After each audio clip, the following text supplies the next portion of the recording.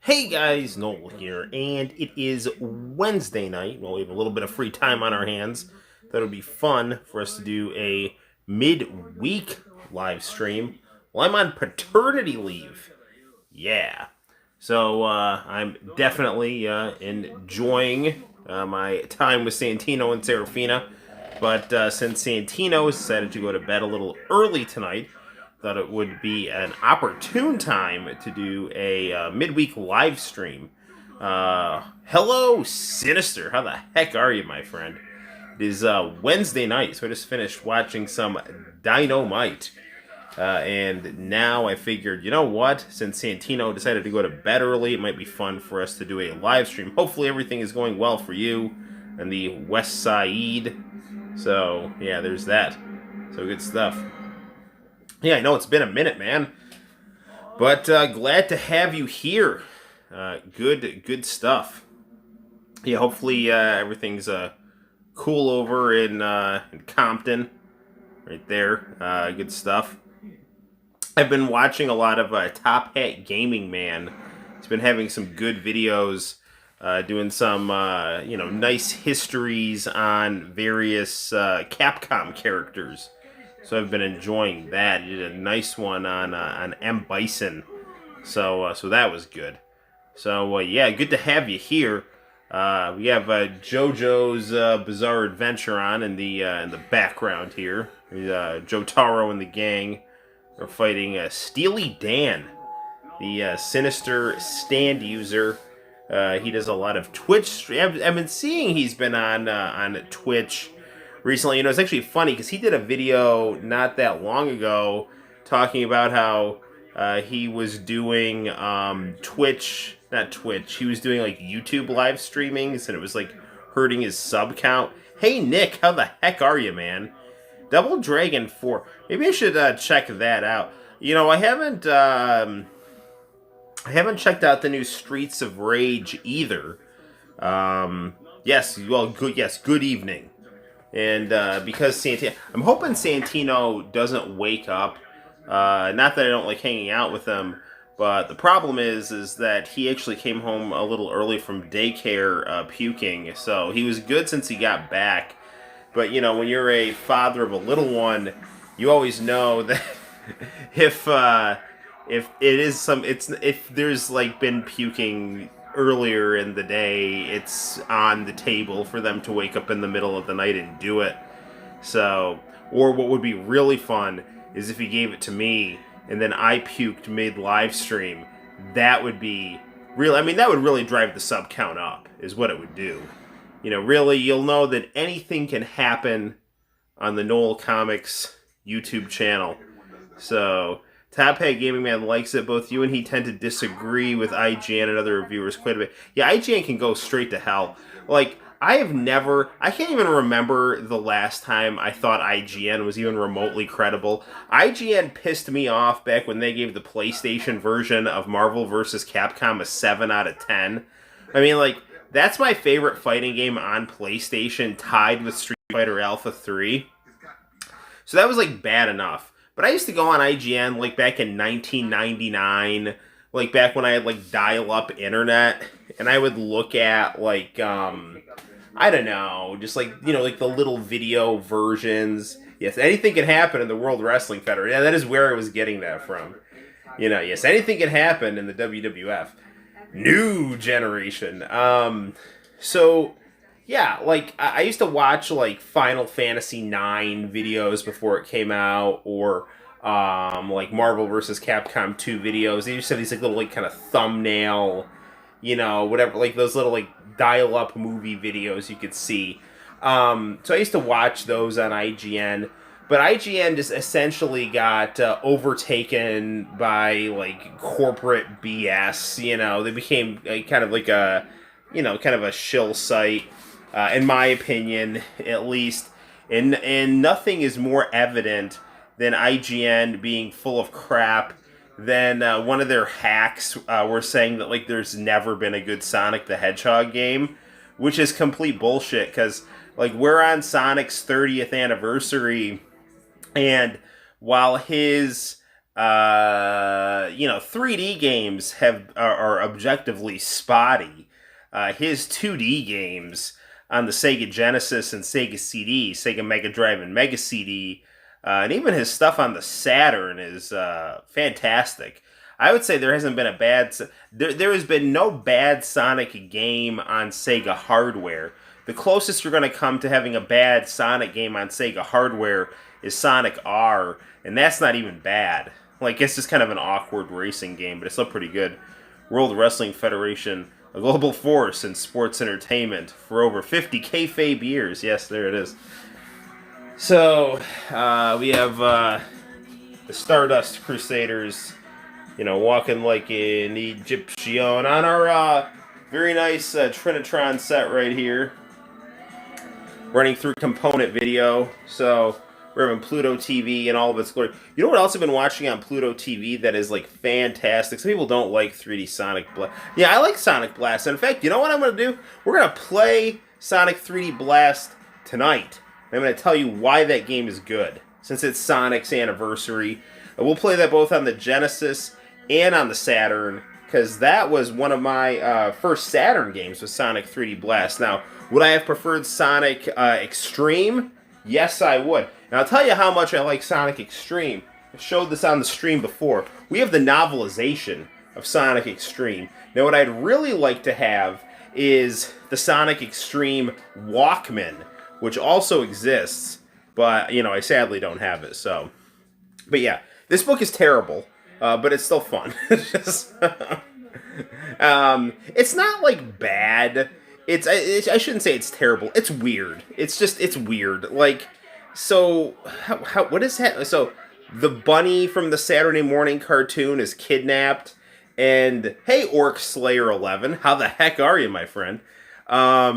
Like, the bunny from the Saturday morning cartoon is kidnapped, and the only way Sonic can rescue her is if he competes with Dr. Eggman in extreme sports, which is a fine premise. The execution is a little awkward, but, we have read visual novels. We should just straight up do a masterpiece theater of me just reading this, from our fine folks at Troll right here. Zombies eating Miz at WWE WrestleMania Backlash. That sounds good, actually. I didn't see that. That is actually my kind of wrestling. I like insane wrestling, and I'm not one of these people that is like, it's still real to me, damn it. I don't, I'm a huge wrestling fan. I find WWE to be, well, now that I've heard that the Zombies ate the Miz, like, that actually has improved my opinion of WWE, because for a long time, I have found WWE to be stale, overproduced, predictable, and overrated, and lacking in talent, and at least engaging talent. And that's just my opinion as a smart-ass fan living in upstate New York. Like, I respect the heck out of, people who are professional wrestlers. I'm just saying, like, their product isn't doing anything for me. So the fact that Zombies ate the Miz does get me a little interested in their product. So that is some cool stuff. So that's good. Because, yeah, I think Roman Reigns is boring. I think he's overrated as a heel. I think that, what else do I think about?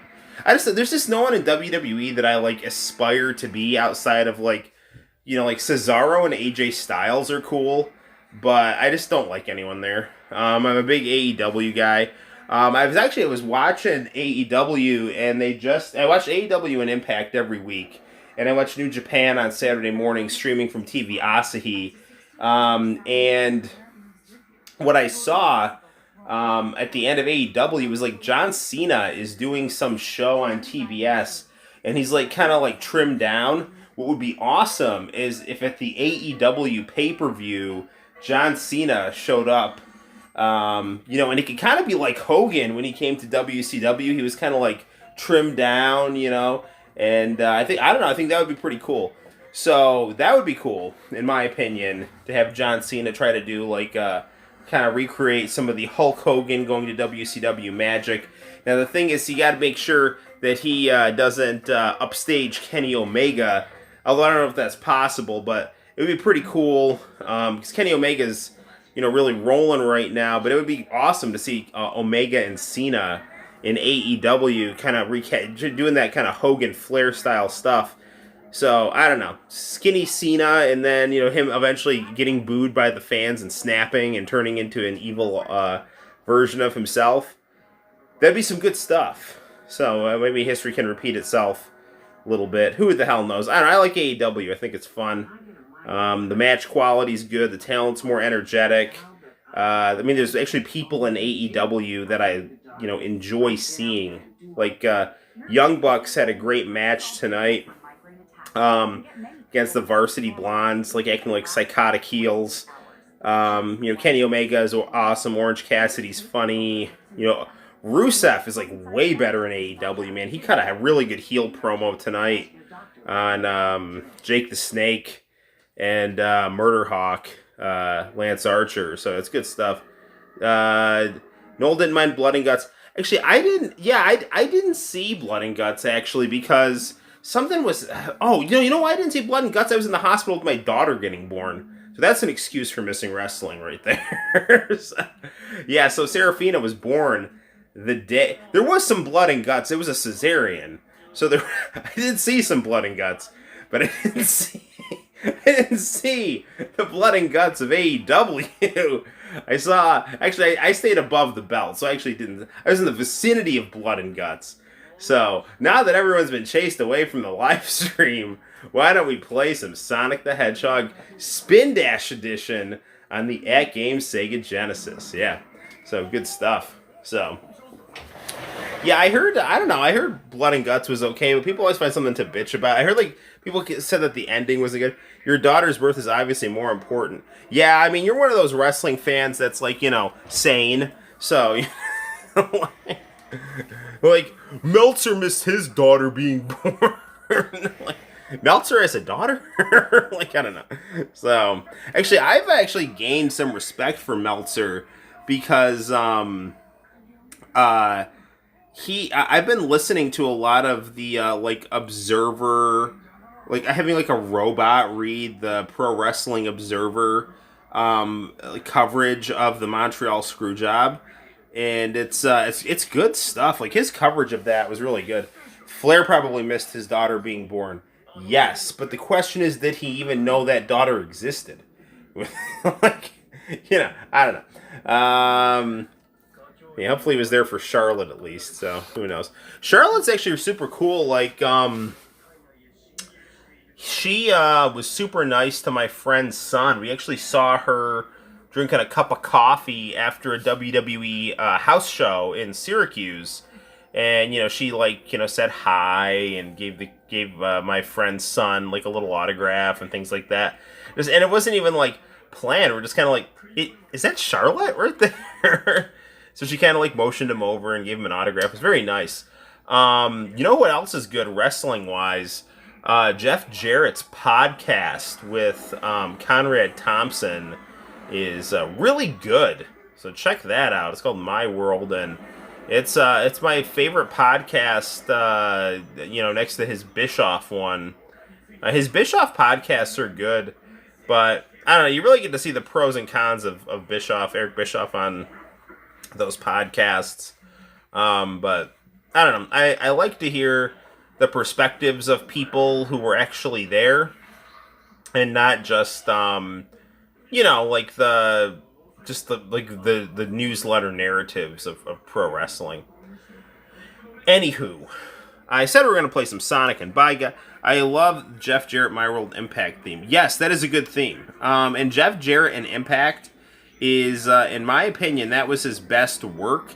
Once he got with Karen Angle, he did some really good stuff. His MMA character was hilarious. He did a lot of really funny things with that MMA character and had some really good matches with Kurt Angle. So he really became, a bona fide, main eventer. He'd been pushed. Bischoff out on his stuff when he has no real answers.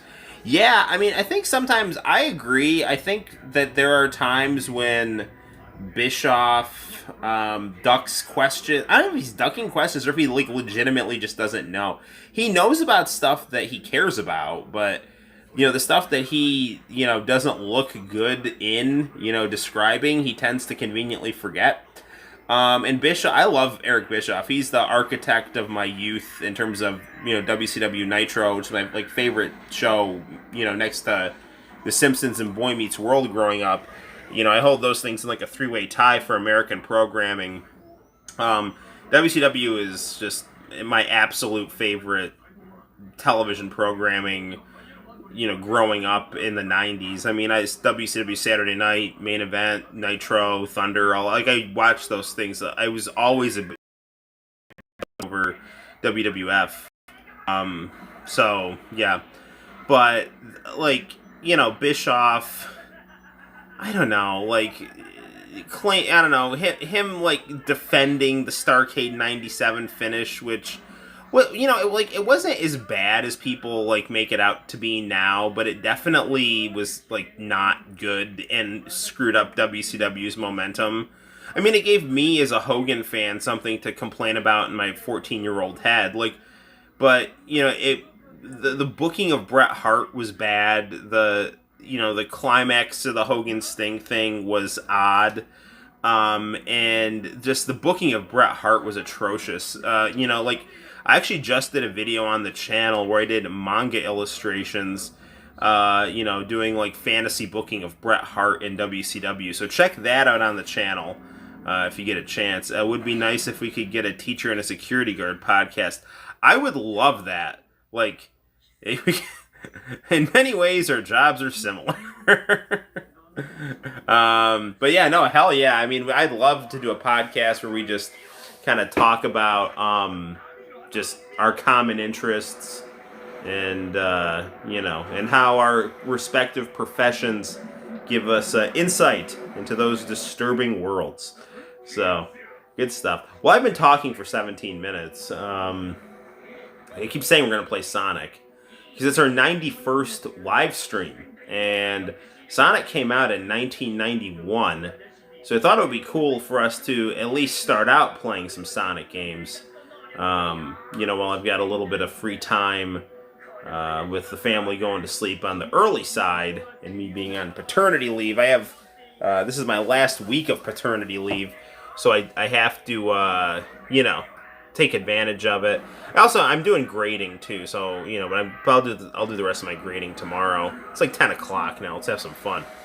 So, anywho, I also need to watch Black Clover. This, student of mine keeps saying, you have to watch Black Clover. Why have you watched Black Clover? Blah, blah, blah. It's I gotta watch it while I'm there. So, I'll let you get to it. I'll be good. No, don't be quiet, man. I like it when people on the stream talk. I mean, I'm fine talking to myself. That's fine with me. But I'd prefer to talk to you guys. That's one of the fun things about doing the live stream, is getting to chat with my people. Alright, let's fire up the Commodore 64 1084S, playing our At Games Sega Genesis with an SD card.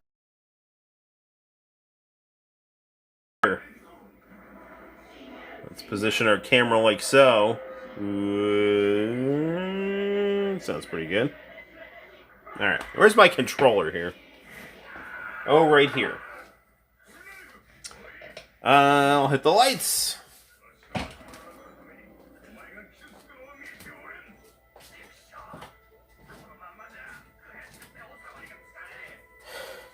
You guys know what show is awesome? Renegade. I was watching that today. Stephen J. Cannell. He's just a fantastic bad guy. Alright. Let me lower JoJo here. Alright. Okay, so this has got the weird spin dash here. So this is a hack of Sonic the Hedgehog where he does that spin dash move. People say that the At Game Sega Genesis isn't good. The final version of it is very good. Does it emulate the games as well as the M2 one? But it emulates, I think, pretty much... the amount of games that this has on it is more than the M2 Sega Genesis. So, you know, it's understandable that it doesn't emulate all of them as well, but there is more to offer. And what it does emulate, it's more often than not good. You know, like very good. Like, I'm playing Sonic now. This is pretty buttery smooth here. I mean, I'm not really noticing much difference playing Sonic 1 on here versus playing it on my you know, hardware from the 90s, so isn't it significantly cheaper? This like the final version, like I think it was like the 2018 version or the 2019 version with the SD card slot is not that cheap. I think I paid like, if memory serves me correctly, I think I paid like $60 for this. But I could be wrong. I'm trying to remember. I got this on eBay, and these are like increasingly getting harder to find. And I actually bought this because I have, you know, my friend Retro Zoltan hooked me up with an SD card full of Sega games. And, you know, he like even got some I requested that were like very odd. And so, yeah. So I actually had to track this down so I could play that SD card. Because I found out the one that I had actually did not have an SD card slot. The one with the SD card slot also has a, you know, nice kind of wallpaper options here, so you can get this kind of like vaporwave wallpaper in the background here.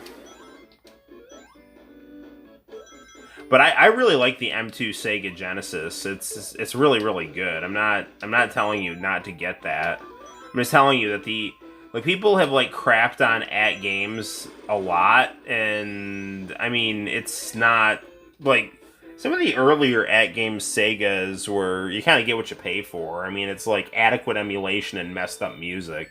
But this is good. The music's good, and you can load your own Sega games onto it. I mean I think it's just kind of just fashionable to hate on the brand at this point, but from like snobby idiots. Alright. This has got really pretty music, this special stage.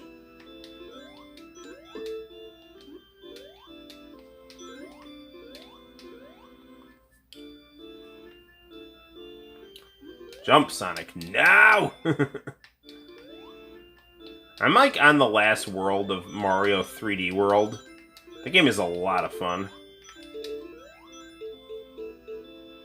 I actually have been playing Sonic 4 again, which is also fun. At least you get cartridge support too. It is.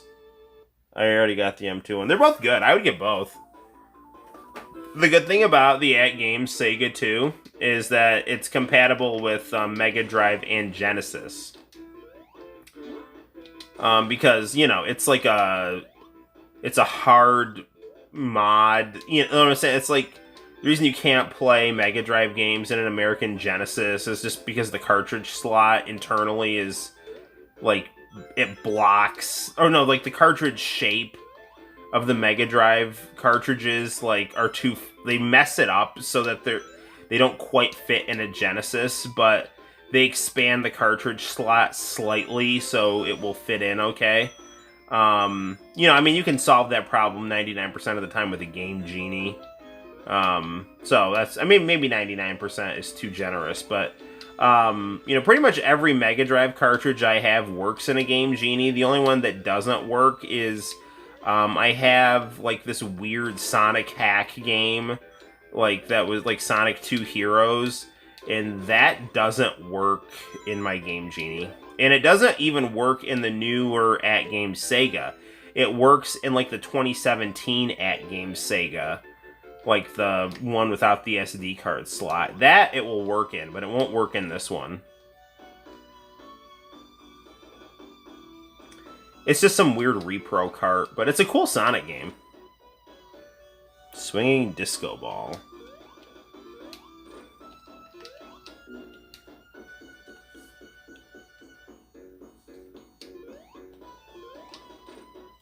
To this day, I'm mad that Madonna is not a thing in Sonic. What makes me out of the fact that it's like they got rid of Madonna and they made it so that Sonic doesn't have fangs and play in a band. Like, you didn't make things better, you made them worse. Much worse. I used to get Game Genie to do special moves in the air on SNES Street Fighter 2. Interesting. I didn't know it could do that.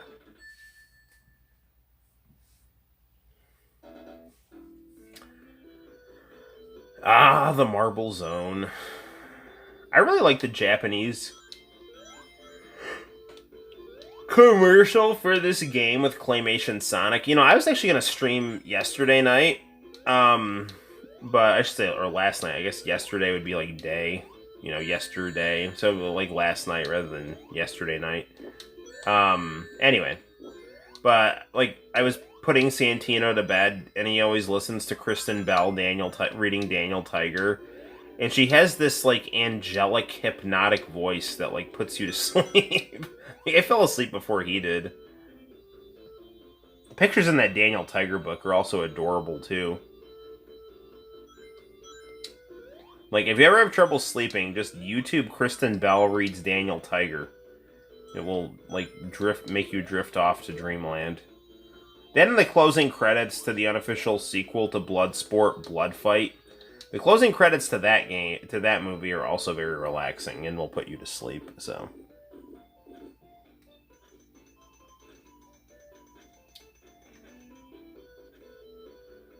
There's another, I don't know if you ever played this on here, but there's like a hack on this where, like, Amy Rose is in Sonic the Hedgehog.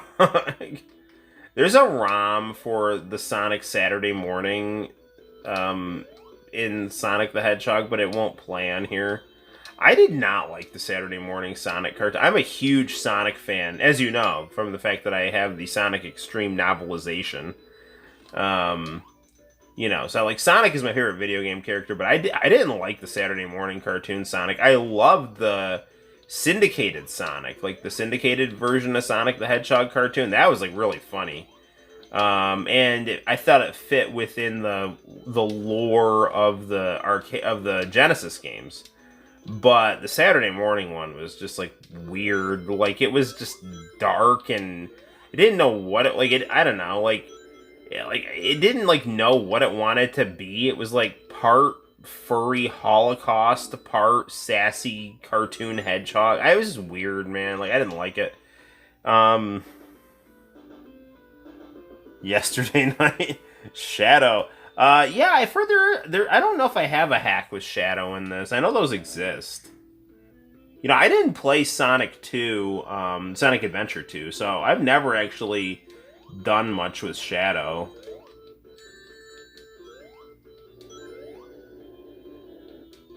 Like, Sonic Adventure 1 is the most recent Sonic game that I've beaten, chronologically speaking.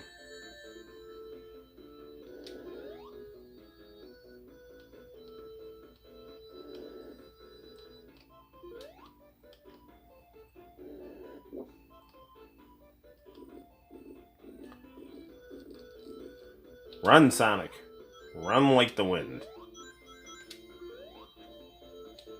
You know, another thing I really didn't like about the Sonic Saturday Morning cartoon, or the Saturn, as it tends to be known, is, Eggman was just weird. Like, he was just unpleasant. Like, he's not, I mean, like, normally Dr. Eggman, he's kind of funny. Like, he's, like, a bad guy, but he's, like, kind of goofy, too. Like, if you read, like, the manga of Sonic, there's, like, one continuity where he's, like, a corrupt dog catcher who's, like, obsessed with catching Sonic the Hedgehog. Like, it's quite good, actually. So, you know, I don't know.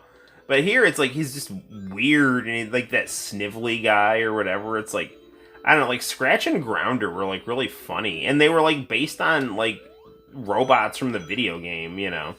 So I'll watch the Sonic the Hedgehog syndicated one, like, all day, every day. like what Sonic says at the end and also, but like the Saturday morning one, I mean, I will politely watch it and like the things that I like about it, but it's one of those shows that like I've tried to like and just I don't like it.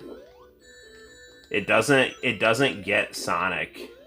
It doesn't get Sonic right at all. Like the designs are nice, except for Eggman, but other than that, it's like it's totally off base. And I understand. So I mean, I understand why like the Japanese like studios were like kind of hesitant about that game. Like I mean, I know they shot down a prototype of a Sonic Saturday morning game. Like at one point, like they were toying with the idea of like that being like canon and used as part of the storyline for Sonic Extreme. I mean, I'm still pissed at Sega of Japan for screwing that game up. You know, like, all they needed to do... I mean, all Yuji Naka really needed to do was just let them use the Sonic engine, or the Knights engine, and give him credit for it. But apparently there was, like... I mean, rumor has it there's, like, issue with that, and... I mean, that's really the major thing. I mean, the other thing is, like, Sega of Japan should not have left Sega of America in charge of that game. Like they knew that the people at Sega of America, despite their passion and despite Sonic's, you know, huge success in America, like, doesn't mean they know how to make a good Sonic game. I think I may have asked you, but are all anime based? No, they're not. There's some manga that's based on anime. Grounder and Scratch. Noel likes Grounder and Scratch on the consent. Yeah, no, I love Scratch and Grounder. It probably would have been a better game than the show. I agree. It would have been a better game than the show. I'm curious to play it. Like, it was weird. Like, if you take a look at like YouTube Sonic the Hedgehog 16, like that's like the prototype, like the pitch demo for the Saturday morning cartoon Sonic game. And it's just odd. I mean, it's like, they decided to like go with Sonic Mars instead, like the Sonic for the 32X, which would have been really good. I mean, like, I think 32X would have done well if it had a Sonic game on it. I mean, one of the big reasons that 32X didn't do well was that it just didn't have enough software on it. I mean, and there was good software on it. Like, Mortal Kombat 2 on 32X is probably the best version of Mortal Kombat 2, including the arcade, because the arcade version is insanely cheap. But the 32X version, like, it's got no load times, vivid colors. It's got, I think, better music than the arcade, which is similar to the Genesis one of Mortal Kombat 1. Like the sprite and like things like that are better on the arcade in terms of like, some of the minor aspects of that. But the 32X one looks close to the arcade, and it's like playable and enjoyable. This was not good at all. I'm screwed. I'm gonna die. There's nothing I can do here. Yeah, I was stuck there. I agree 32X could have done a lot better, yet still not have been successful. X-Men arcade game is so much better than the cartoon pilot. I actually like the cartoon pilot, and I like the arcade game, but the arcade game is better than the pilot because there's more stuff. People don't even know what cartoon Pride of the X-Men is like one of my favorite cartoons. Like, that is... I've got the VHS tape of that. And so there used to be a comic book shop in Syracuse, New York, so I was like huge into American comic book. I still am, but like when I was in 3rd grade, like I loved X-Men so much. Like, I used to draw in pen like the sheaths to Wolverine's claws on my hand. Like, I used to watch the Fox Saturday Morning X-Men. I mean, I loved the X-Men. I had no comic books, and I just like would see my friends' comic books and just like, oh, if I could just have one comic book, It's just, and like, I didn't even read them all the time. I just look at the pictures and like marvel over them, Anyway, like, pun intended, right? Marvel over the pictures. Anyway, so like there was this comic shop in Syracuse, New York that used to advertise, and I vaguely remember as a youth, like as 5 years old, watching Pride of the X-Men on an 11-inch black and white TV in my mom's room, and not even really knowing what it was, but just recognizing Wolverine. Like, so I'm like kind of like jumping all over the place chronologically. So the reason I'm saying this is like I had a very vague memory of Pride of the X-Men back in the late '80s, but this comic book store in Syracuse actually played the opening to Pride of the X-Men for their commercial, and I just thought that that was like the coolest thing ever. And the theme song, like, you know, like the X-Men, X-Men, you know, like. So I just like thought that was like amazing. I would just like wait to see that commercial. I would just get so excited. If I could ever find that commercial again, that would just be so cool. I don't know if I could. I don't know. You know, I doubt it, anyone has that on YouTube. It's such an obscure commercial from such an obscure place. But you know, I don't know. I really like. So I finally got Pride of the X. Oh, I got another story about Pride of the X-Men. So I ordered it in one of those like Scholastic book orders, and some kid, either it didn't come for me or it came for me and a kid stole it. I never got it. I waited for that thing in 3rd grade and I never got it. And I was so pissed. And so, like, this was like my Moby Dick. It was, you know, like the white whale. Anyway, so by the time I was like in college, I was like an undergrad in college, there was this comic book shop called Area 51 that sold like just random old CDs and comic books and things like that. The owner was this like really weird, kind of like, you know, antisocial, nerdy guy or whatever. I mean, he was like nice enough, but you know, like the type. There's like some of like the comic book nerds that are like, I don't know, they didn't get laid in high school and then they just got a chip on their shoulder forever. He's just like one of those guys, you know.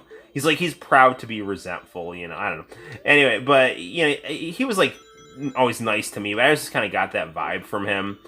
Anyway. But I loved his store, and the reason is like I would go in there like during like off times, like I had like a free like period in college or something like that, or it'd be like summer and I just have nothing to do, so I just like walk down there. That's not good. And I found Pride of the X-Men on VHS there, and I was like so happy, man. I just made a beeline for that thing once I saw it. So it's good stuff. Also, Noel, I think you need to slow down. You're playing a platform, and it'd be better if you take your time and think. Yes, I know. It's funny how the game gained popularity slightly before the next cartoon. Yes, it is. Alright, let's play a different Sonic game. I played that one with Amy here. What is Sonic Gaslight? I don't even know what that is. Sonic Compilation. That's got to be like the Sonic 1, Sonic 2. So that's special stages. Sonic the Hedgehog. Sonic the Hedgehog 2. Sonic and Knuckles. J.E. Is this like the Japanese version? I mean, I don't think there's any difference with the Japanese version. Outside of the box art.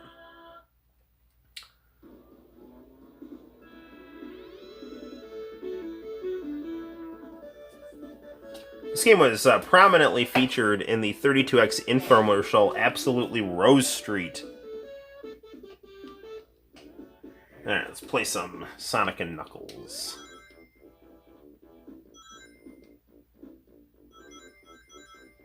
Yeah, I get so wrapped up, like, thinking about Pride of the X-Men, I got pretty careless in that last go of things.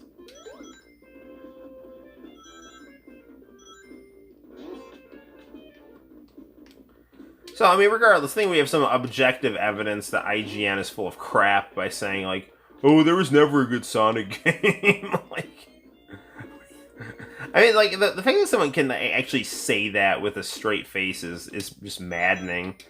I mean, I like Sonic better than Mario. I mean, because of these games. I mean, like, artistically speaking, I mean, they're just much more expressive. I mean, this is like a moving cartoon. Like, Mario's cool. Don't get me wrong. I mean, it's got its like kind of charming things about it, but this is like a It's literally like a moving cartoon, or not. All cartoons move. An interactive cartoon, I should say.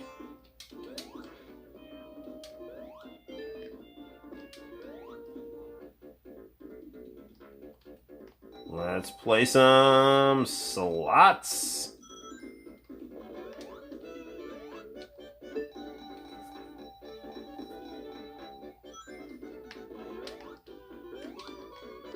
Also, Michael Jackson did the soundtrack to Sonic. Like, I mean, come on.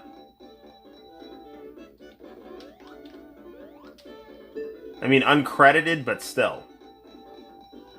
Alright. I know I'm kind of pushing my luck here, but let's try this again here. Whoa. Gotta continue here.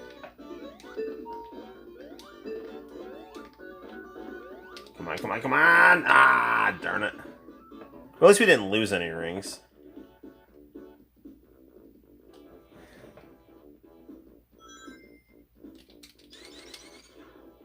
Another good thing about Sonic, it taught me what an echidna is. Seriously, like, who the hell knew what an echidna was before Knuckles came along?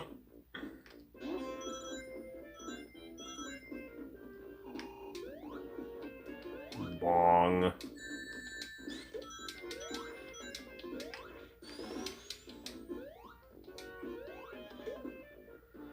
I have memories playing Sonic and Knuckles on a 19-inch black and white TV in my kitchen. It's good stuff. Used to play it after watching a spirited episode of City Guys, like in 1996, 97. Yeah, there was just this old TV in the kitchen, and I had one of my Sega Genesises hooked up to it, and I don't know. Used to just play that after watching City Guys.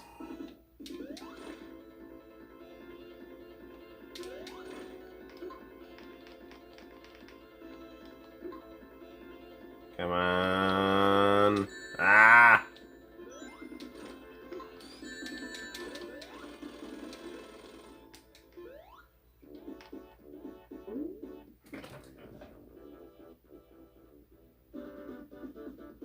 Do.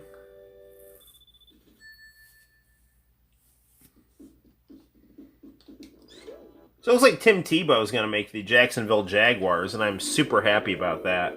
I can't stand people who hate Tim Tebow. It's like, okay, he's a very good athlete.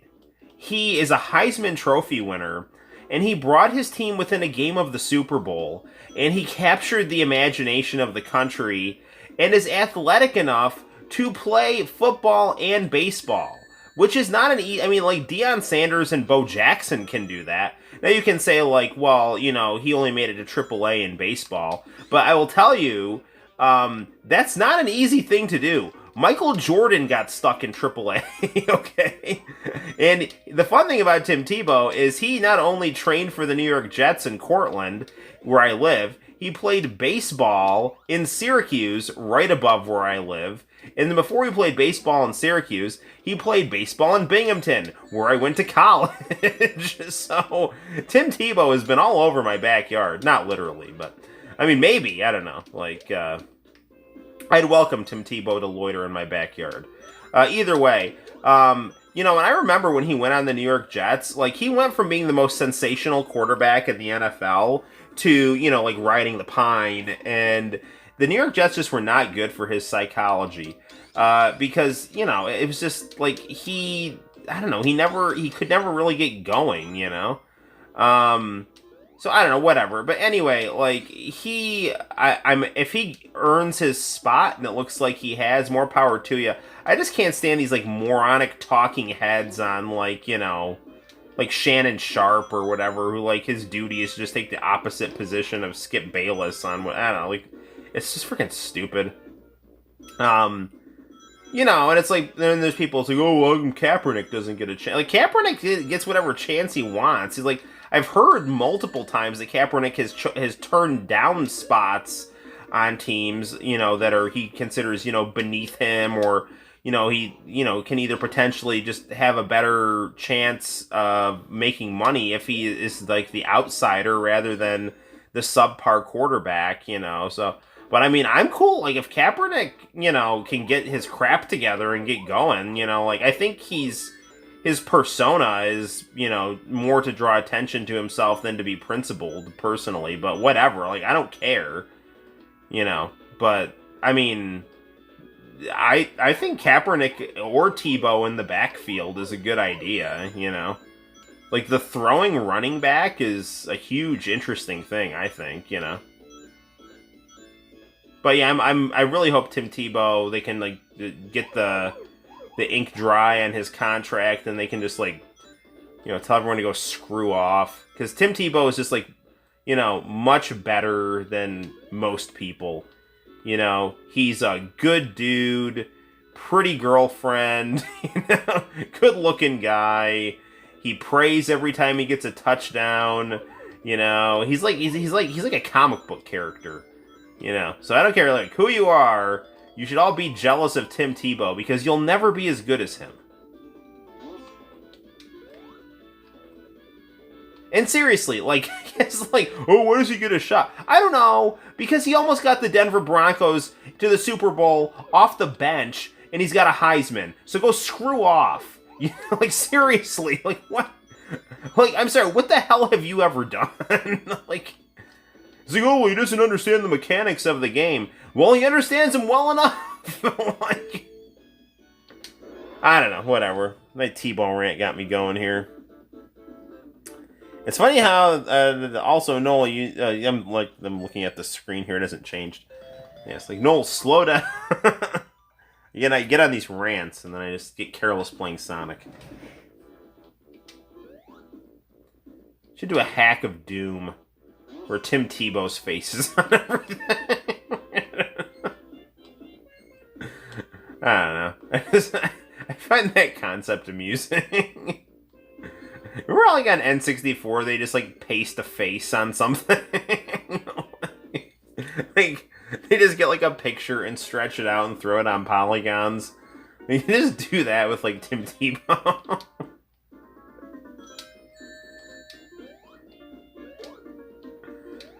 Alright. Do-do-do-do.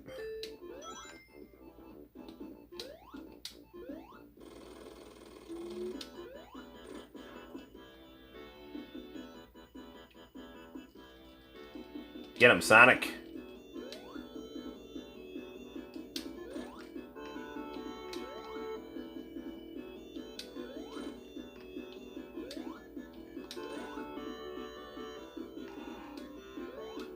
Ah, shoot.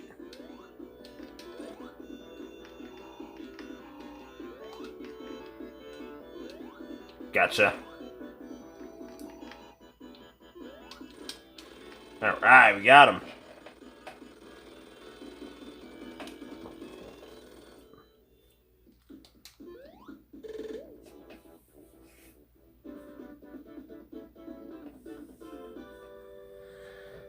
Run free, my woodland friends.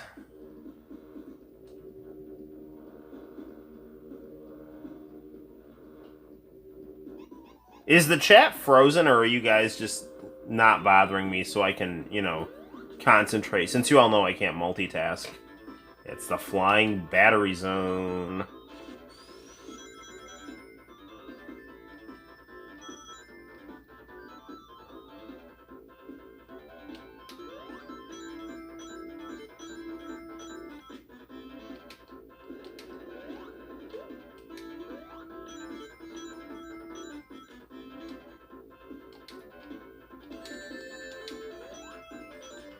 Yeah, another reason I like Sonic better, like, listen to the music in this level, man. I mean, you just put this in a CD player.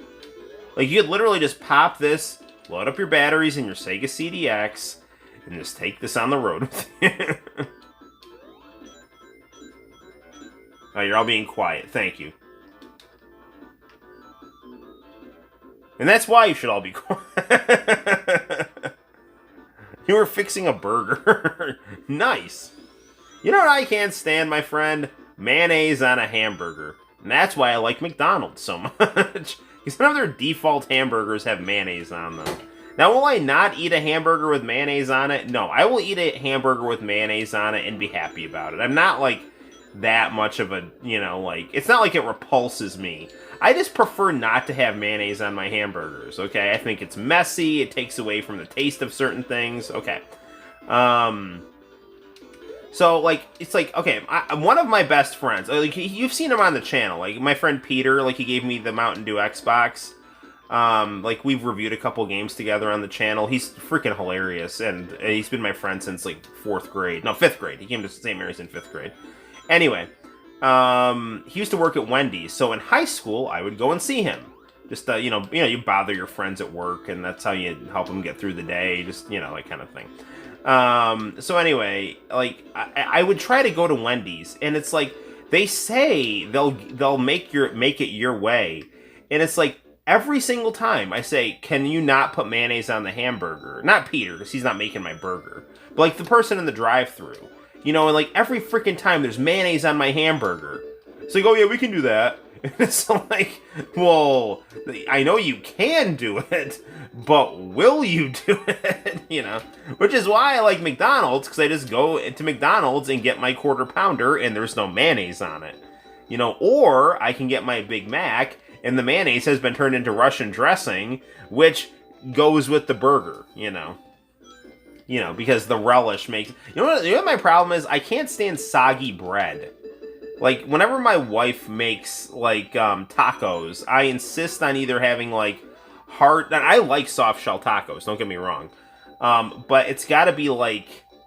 I don't want wet pita. Like, I don't want, like, a wet taco shell. I want, like, either, like, Doritos or, like, a hard taco shell, or if I have a soft taco shell, I want it to be dry, like... I don't know. This is my thing. So, I think, like, mayonnaise on hamburgers makes them too messy, which can then lead to the bun getting wet, and this is the whole thing. So, now you've learned something. Wendy's always gets it wrong. Yeah. I'm also not, like, a huge fan of Whoppers because of the fact that they, like, default come with mayonnaise. Like, I don't, like, hate... I don't, like, okay. It's not... I said this, like, I'll eat it. It's the kind of a pet peeve of mine to have, like, mayonnaise on my burger, so.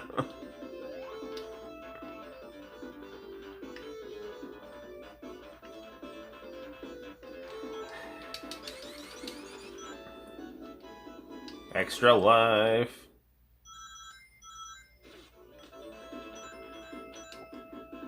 So, I was playing a hack on here. I'll show you the Sonic the Lost Worlds hack, where they basically take the discarded levels from Sonic 2 and then make them. It's a very cool game, but, like, the people who made the levels, it's really annoying. Like, the way that they did it, like, it totally disrupts the flow of the game. They just put too many bad guys in front of you, like, all the time. It messes up, like, the rhythm of Sonic's movement. Like, Sonic is supposed to be a fast-paced, reflex-based game. Not like, move forward, here's a bad guy to knock your rings away. Move forward, here's a bad guy to, disrupt your momentum and make... Like, I don't know, it's like, what do you want from me? Do you want this to be a fast game or a slow game, I mean, I understand, like, Sonic's got both ingredients, like, fast and slow, but this is just... It's... Again, it's not a bad game, but it's, I don't know. It could be better. But it's good. I like it.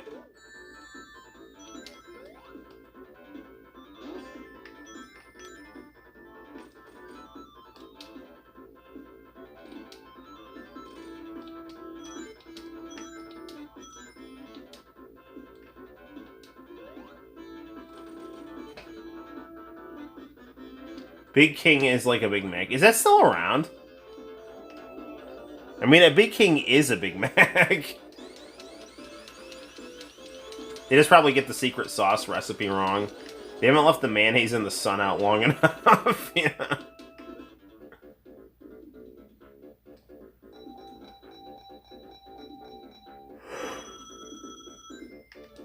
Mac sauce is not Thousand Island dressing. Have you made it? Like, are you one of the people that, like, knows the secret ingredients of the sauce? Like, you, like, went on some quest like, the temples of Egypt to find out the ingredients of the secret sauce?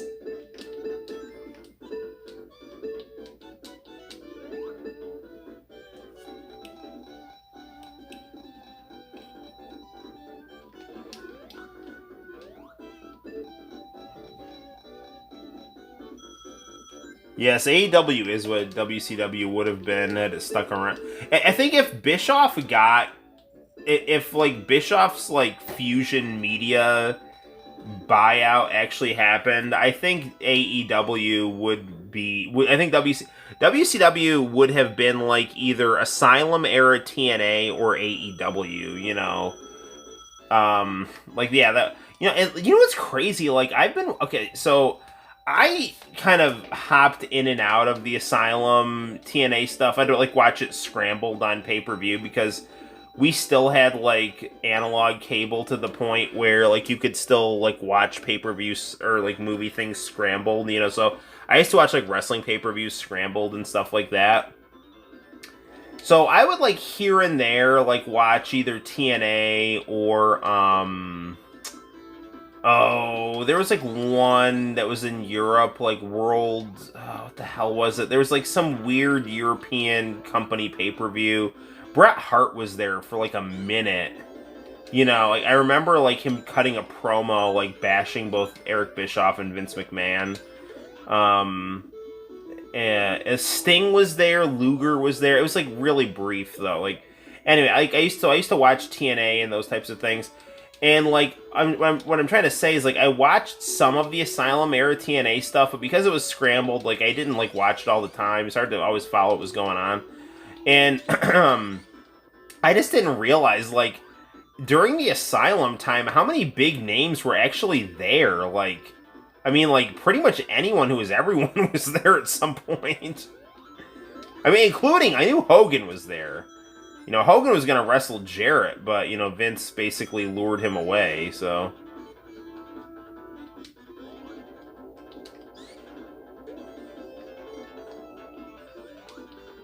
I can't wait for the My World where they talk about Bash at the Beach 2000. That's going to be a thing, man. Talk about your freaking clusters.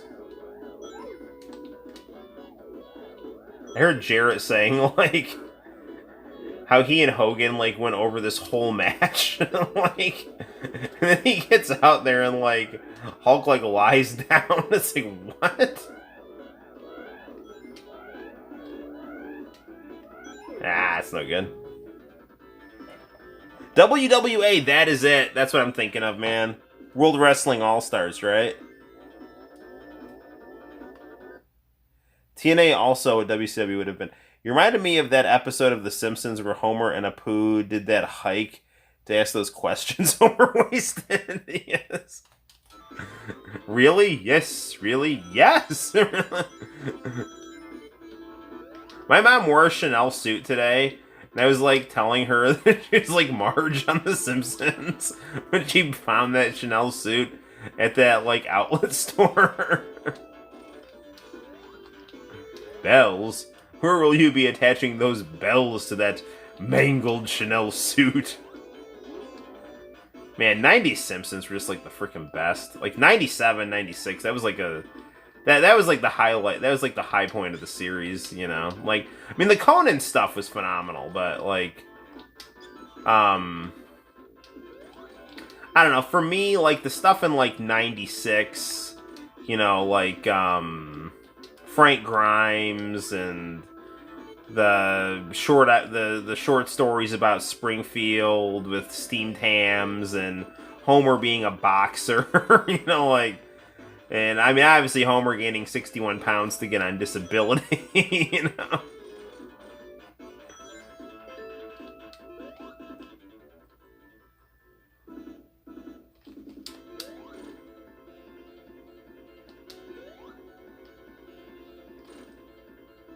Let's see if we get our reflexes down here.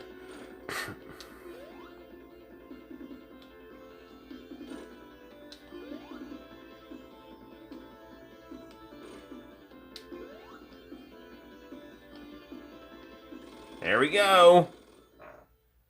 Noel looks like Boxer. Yes, I really like that. I'm gonna like start calling myself Switchyard Sullivan or Boxcar Ira. Yes, I am a hungry young fighter. In fact, I'm fighting for a sandwich. I like the fact that I'm just like I'm steadily becoming Homer Simpson.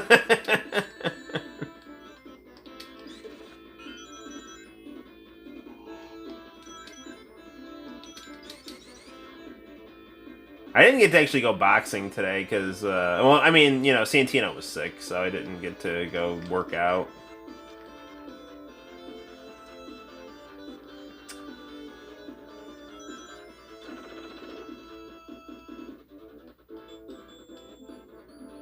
Get my big break. Like, you can beat Tatum, you just gotta visualize it. Due to a congenital heart defect, Tatum has been felled moments before the match.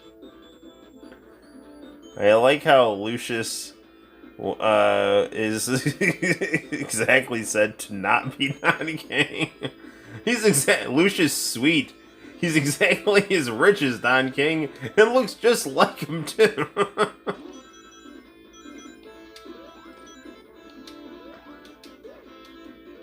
You can beat Tatum, but you gotta visualize it. Another thing I like about that episode is like Mike Tyson is my favorite boxer, so like, I enjoy that too. So it was like right before the Holyfield fight, so yeah, Tyson was still undefeated when they made that episode. I mean, undefeated since his, you know, he got out of prison for his mother's stair pushing, so. He'd definitely reconsider it if he had a second chance. Definitely gonna make orphans of his children. You know they have a mother. Yes, but I imagine she would die of grief.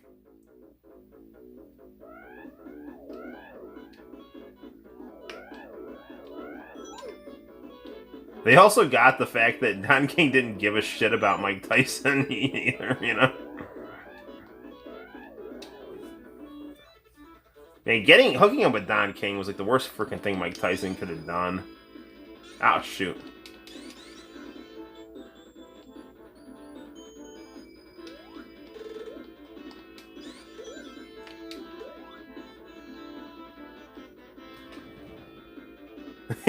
Why can't we be friends? Hey, Rogue Drums, how the hell are you? When I come out to the ring with a ring robe that says opponent and come out to wars, why can't we be friends? He's also known as the Southern Dandy.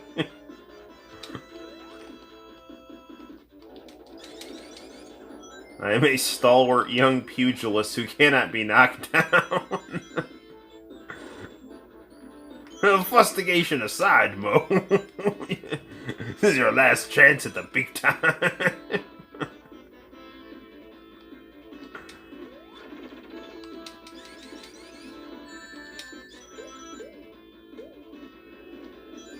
The funny thing is, if I ever did fight, I would be fighting at that same level that Homer was fighting at, where I'd just be like, you know, going through the like, the boxcar league.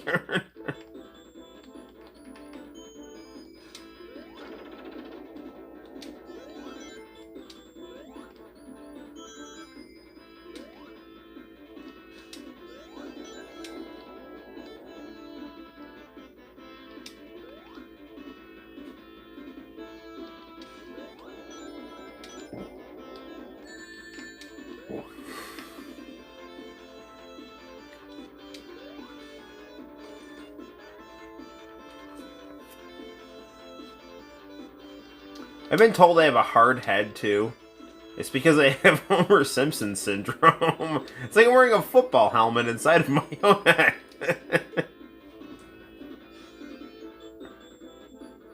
The movie Ali also made Don King look bad.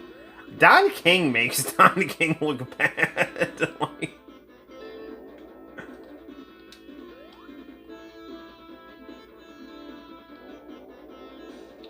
No, I mean, like, it's simple. Like, listen, once Tyson got with Don King, he got, into. He was undisciplined, He just had all this raw talent, and. Eesh, he had all this raw talent, but he didn't have anyone that could, like, help him hone it or discipline himself to channel it into, its potential. It was just like he was on his own and, like, really good at what he did. What am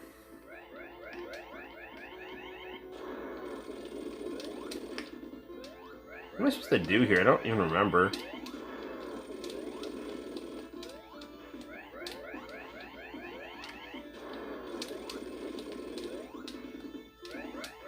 Remember when I had Tails with me, I could, like, fly up there, but...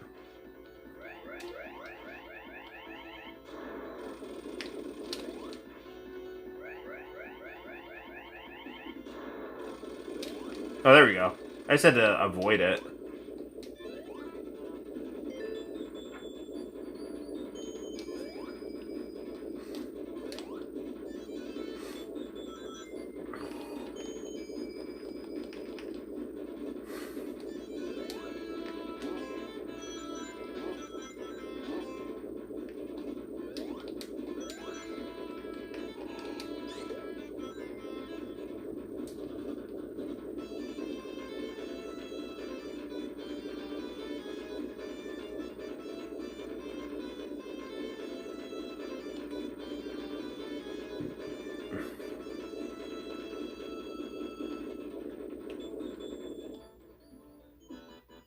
Oh shit, I forgot about this.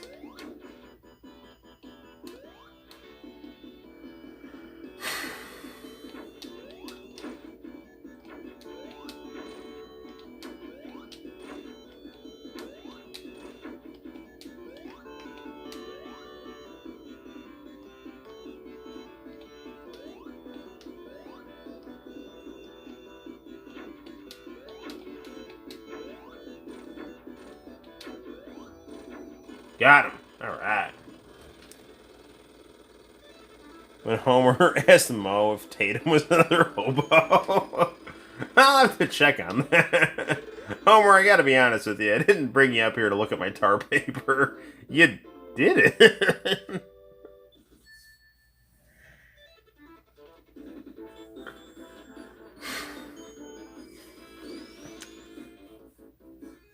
Alright, let's check out a different game here.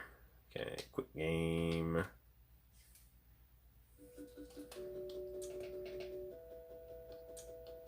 I'm gonna check out that Amy one here.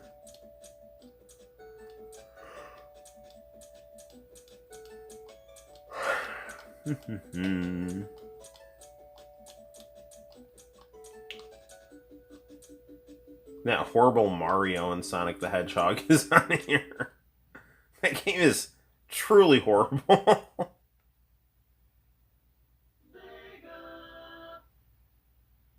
I'm gonna be out. Things be different. I have to work. That's cool, man. Thanks for stopping by and nice chit chat. Imagine a truly great game, but with a DBZ license. Yeah, I think Fighters is that game, man. Dragon Ball Fighters. That's like one of my favorite fighting games, and is definitely my favorite fighting game of the current generation consoles. I mean, nothing else is close. I mean, maybe Tekken 7 and Street Fighter 5, but I like Fighters better than both of those.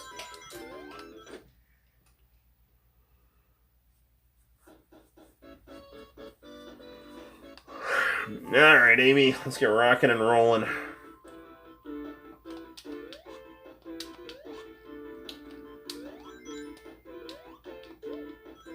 This is weird, though, because she doesn't jump on things. She, like, has to hit things with her hammer.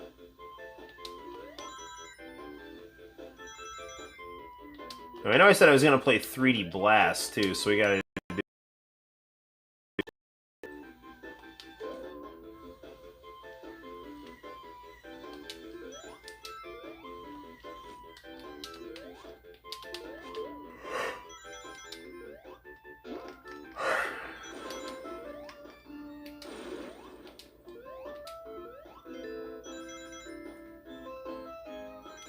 I like this design of Amy better than her Sonic Adventure one, which isn't bad. I just like this one better. This is her design from the manga with Nikki.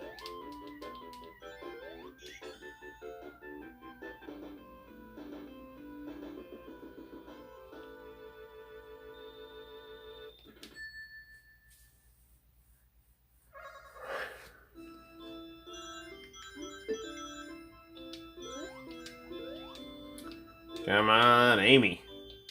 Moving and grooving here. This actually makes me want to watch some YouTube videos with that Sonic manga. You know, I've actually been posting on DeviantArt again. I found my password, and so I've just been uploading a lot of my newer art to DeviantArt. I mean, YouTube is still going to be my primary way to share my artwork, because that's where I've got my audience, but I figured, you know, it isn't a bad idea. Like, I went in and deleted some of my older pictures that I didn't quite like, and I might redo those, if they're salvageable. But yeah, I don't know, I'm on DeviantArt right now. I'm second Noel, if you're on there.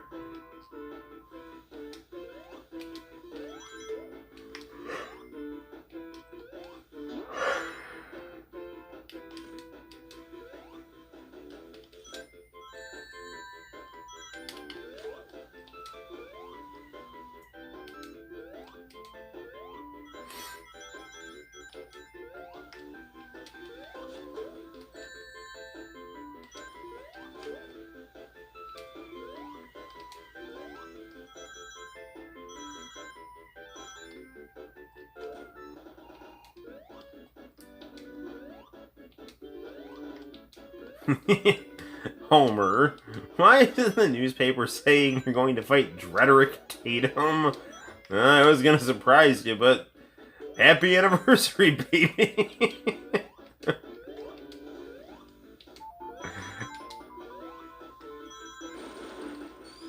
Have you lost your mind?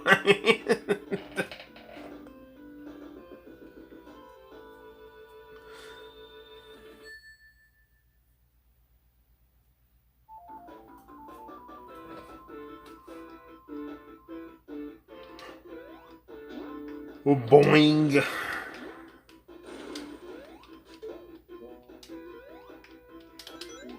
This is a good hack here. I mean, it's got a different mechanic. Like, rather than jumping on things, you have to jump and hit A. Like, the jumping on things won't quite do it. You have to actually, use your hammer. But it's an interesting spin, pun intended. It's an interesting spin on the, traditional Sonic 1 formula.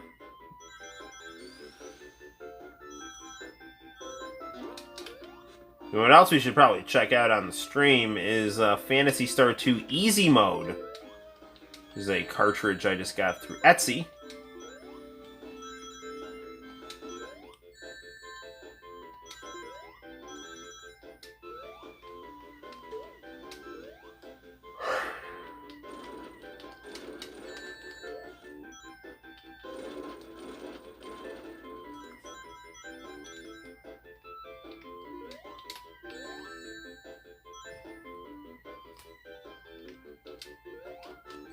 Ah, come on, no. There we go.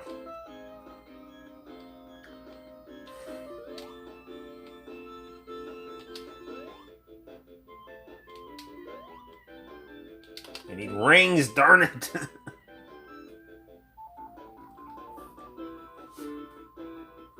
Alright, well, we've played enough. We've played a lot of Sonic 1. So why don't we check out Sonic 3D Blast?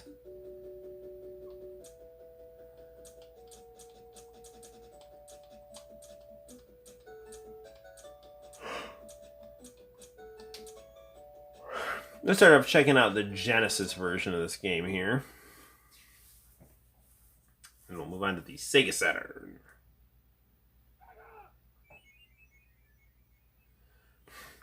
This game is particularly impressive on the Genesis because it can do full motion video. Like this is running on a Sega Genesis, which is damn impressive. Like a Sega Genesis, like something that came out in 1989, is capable of 3D full motion video. Is it very long? No.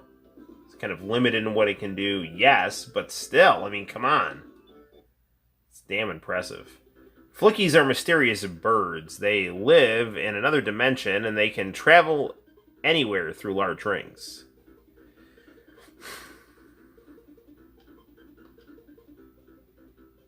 Robotnik learns about the Flickies. I will change the Flickies into robots and have them search for Chaos Emeralds for me. Using the infinite power of the emeralds, I can conquer the world. Sonic visits Flicky Island to see his friends, but the only thing he finds are robots. Uh-oh. This is another example, some full motion video. Robotnik made my friends like this. I must save them. Robotnik must be stopped. Sonic starts to defeat his enemies in order to rescue the Flickies who are trapped inside. Go, Sonic. You can warp through the big rings with the help of the Flickies and chase after Robotnik and defeat his plans. It's Green Grove Zone, and this is Sonic 3D Blast, so it's like isometric Sonic. And, you know, it had been long planned for them to do some kind of isometric Sonic game. Now, like, Sega Sonic the Hedgehog was an isometric Sonic game in the arcades. Sadly, that never got a home console release, although I heard they were, you know, trying to get it on the 32X. Should have been nice, you know, like... Again, it's another one of those what could have been.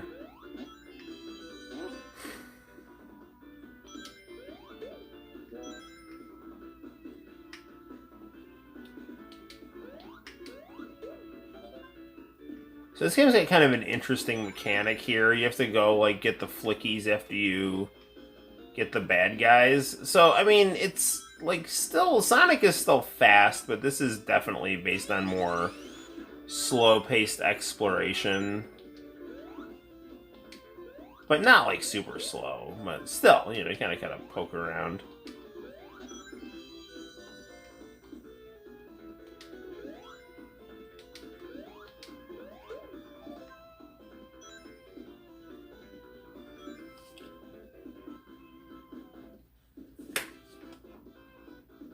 Let's grab this ring here. Gotta be careful because this guy's, you know, rotating. Traveler's Tales was, you know, well known for being able to push the Genesis to really insane limits. I believe they did Sonic Racing as well, which really pushed the Saturn to its limits. And there was a really good development house.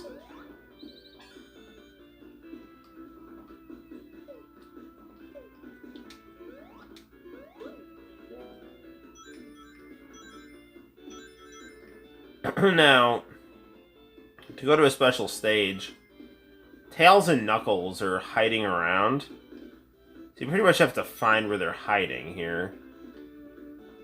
They might not be here. Yeah, they're probably not. Let's double check here. Nah. Okay, I just want to make sure. He must be in the next section.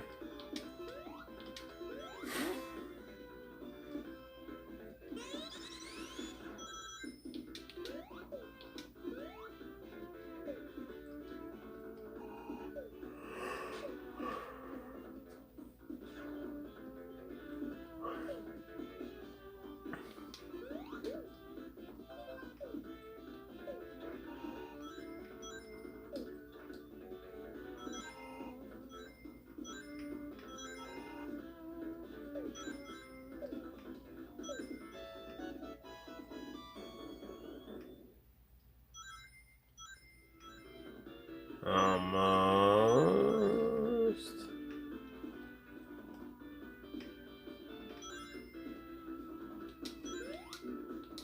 Either way, I mean, you guys at home can check this game out. I mean, I I don't know. I think this is a good game. You know, I have to be careful here because I'm trying to find the special stage, and this is like rife with opportunities for me to lose my rings here.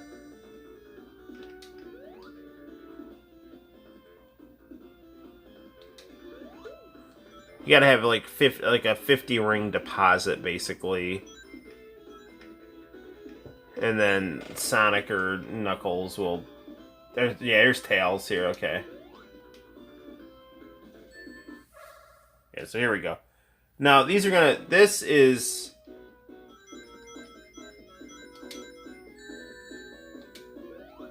This is different. What the hell was that? Like, nothing good. Like... The Sega Saturn special stages are really good. They're like the Sonic 2 special stages. So I will give criticism for Sonic 3D Blast for not having good special stages on the Genesis version. Now, the Saturn version is, you know, based on the Genesis version, because if you know about your history of Sonic the Hedgehog, you know that Sonic Extreme was supposed to come out on the Saturn, and Sonic 3D Blast was supposed to be on the Genesis. It's kind of like the supplementary game, and, you know, Sonic Extreme got delayed in development and was going to miss the holiday, and so they just ended up doing Sonic 3D Blast for Saturn as like a plan B that, in fact, did need to go into effect. I don't know, I find it one of the most fascinating and interesting video game stories. Sonic Extreme and what could have been. I don't know. I'm just a big Saturn fan that I was shocked to find out that Sonic Extreme was like a thing, because, you know, I didn't get a lot of video game magazines at the time, you know, so to me, just finding out, it's like, oh, you know, there was supposed to be a Sonic game on the Saturn that was supposed to be like the flagship title, and it never came out. It's like, wait, what? You know.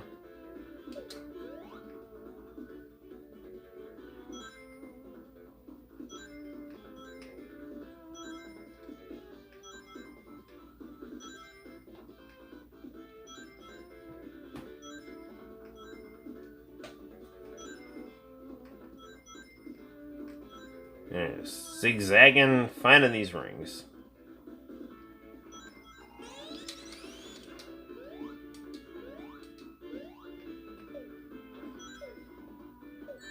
Oh man, I hate that. See, yeah, this is a downside though. Is like when you get hit, you gotta like find the flickies.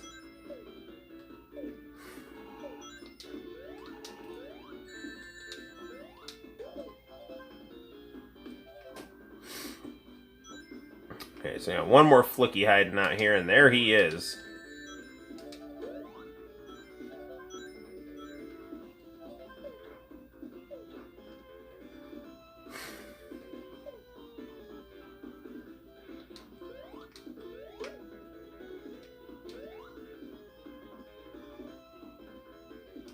I remember hearing like chatter that Sonic 3 was originally planned to be like this. Like Sonic 3, they're trying to like make it like 3D. But then like it was ultimately decided like we don't have the means to do this properly, so we're just gonna make it like a, you know, in the same vein as Sonic 2, but better, and they did. How's my day been? It's been well, my friend. I've been doing some artwork, correcting papers, and hanging out with Santino. So that I cannot complain about. And yeah, I don't know. I'm enjoying my time away from school and just relaxing with my family. And I take Serafina to the doctor's today, just to get, you know, weighed and stuff like that. She's back up to her birth weight, which is good. I mean, it's pretty normal for babies to drop below their birth weight, especially if like the mom's had a cesarean, because apparently like I'm learning about all this stuff. Like the baby will take in the fluid the mom has, which can, make their birth weight seem like a little bit more than what it like naturally is. I don't know, but like, so anyway, she's back up to her birth weight. Long story short, like she fell below it, now she's above it, and they just wanted to make sure everything was going okay with her, which is like it's all pretty typical newborn baby checkup stuff. I have to actually take her for a hearing test on Friday too. So I mean, I've been doing a lot of errands, like or just kind of like driving, like medical appointments for my wife and my daughter, kind of thing. Just checking up, like typical kind of newborn checkup type stuff that wouldn't be able to get done properly if I wasn't here.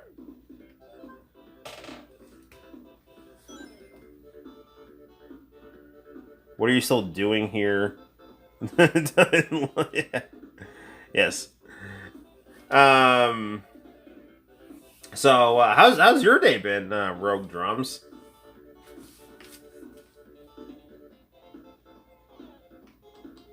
Our progress reports, okay, so the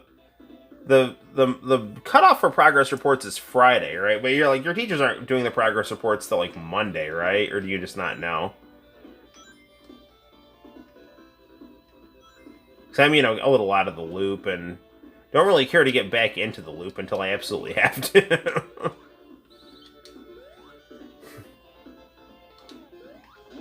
I'm just enjoying time with the family. I thought you'd be gone by this. It's like an hour and a half, and it's pretty early.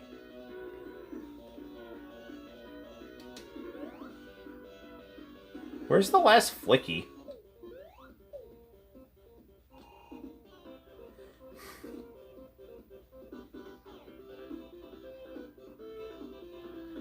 It's interesting, like, first of all, this game looks really good on the Genesis. I mean, it just looks good in general. The music on the Genesis version is, like, more upbeat, but, like, and I like it. Oh, there he is. I like it a lot. But the music on the Saturn version is really pretty. I mean, it's really well composed. I mean, we're talking some, like, CD quality here.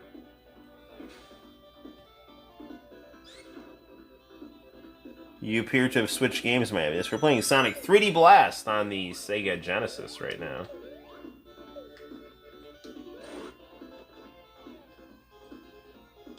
There's Knuckles.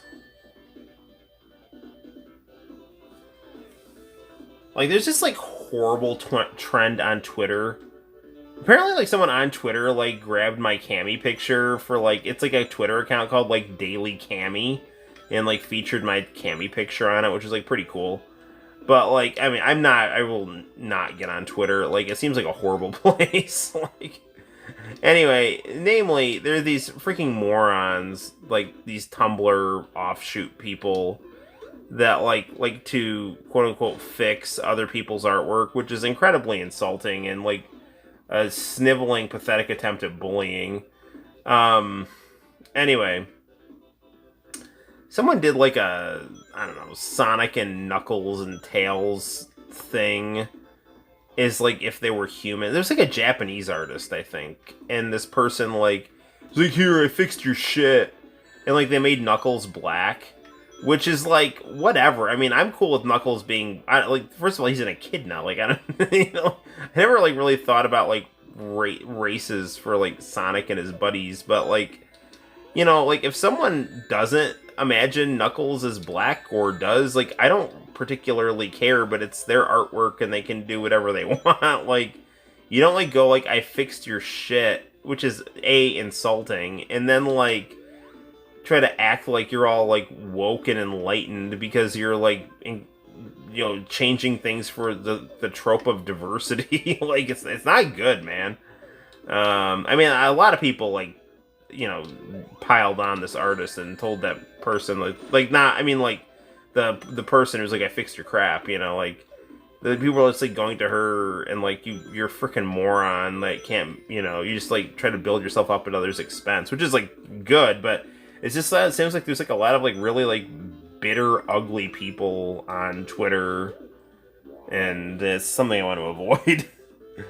My day's been pretty good. Spent all day with my girlfriend and had fun. Nice. Tomorrow, too. Friday. Ooh, Friday for prom. We are doing our own prom and making it special. Very nice. Well, have fun with that, my friend. Gonna make it real that they do not put mayonnaise on her hamburger. And to show that it's even more special, she's only going to pay for half of the meal. Because you, my friend, are a gentleman. But make sure you order for her, though. Like, show them who's boss. But make her pay half.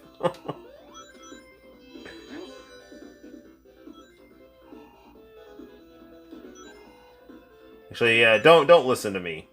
Like, if you follow my advice, it's gonna be the worst prom ever. But it will also be the funniest prom ever. So.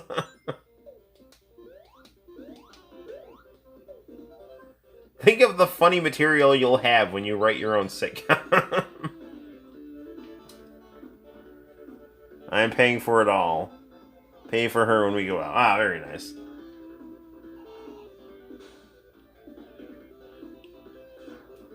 So she's in 10th, right? And you're a senior.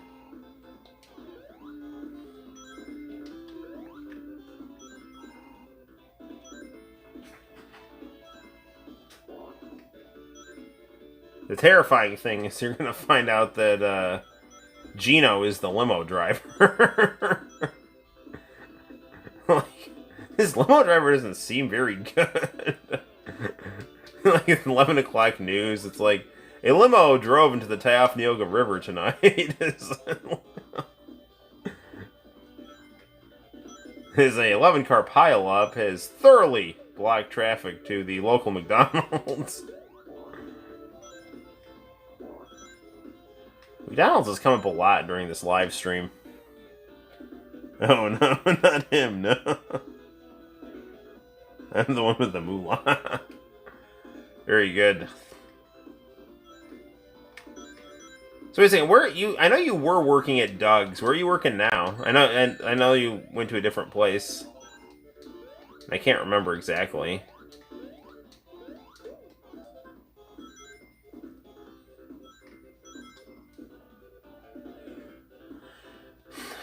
By the way, if any of you are in the Cortland area, I highly recommend Doug's Fish Fry. It's quality stuff. He at one point refused to serve Bill Clinton, which was kind of weird. I don't know. Like, I don't like Bill Clinton like at all, but I am willing to I'm not opposed to like denying someone food because you disagree with their politics. Like that's not, I don't know. I think it's kind of weird. But it was like Hillary Clinton when she was like a carpetbagger and like came to go live like in New York State because she wanted to be a senator in New York to try to, pad her resume for her presidential run. Like they lived in Skinny Atlas where there's a Doug's Fish Fry, and Doug's like, I'm not serving you guys. Doug sadly passed away, I think, so I don't think he's around anymore. But they make some really good stuff. Good quality fish. And milkshakes. And lobster bisque. Oh, yes, you're working at Tops. Yes. Recommended eating there. Loved the food, but not working there too much for me. Yeah. No, you're talking to Rogue, but I am currently working in Pomona. Nice. I'm talking to everyone. Funny coincidence, I also mentioned a Doug. Ah, nice. Nice. Was it TV's Doug?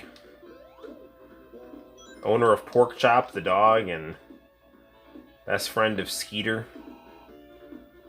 Boyfriend of Patty Mayonnaise. Bullying targeted of Roger Klotz.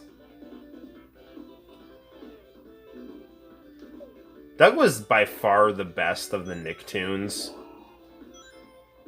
Doug and Rocco were cool. Ren and Stimpy was like, I mean, I thought they were funny when I didn't like get what they were doing, or it was just like really like weird homoerotic humor like aimed at kids. But like, I mean, there was like some funny Ren and Stimpy stuff, but it was like kind of creepy weird like looking back at it.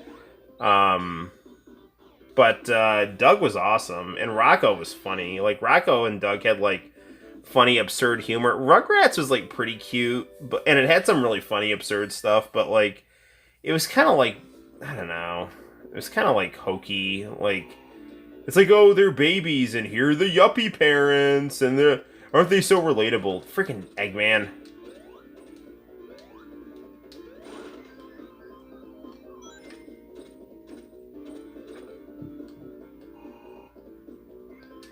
Hey Arnold was kind of after my time.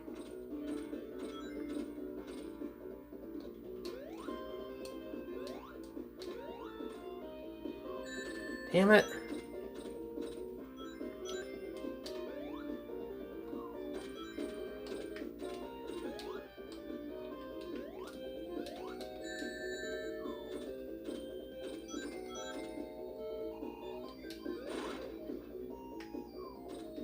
I like the effects here where they're showing the screen is cracking on Eggman's machine here.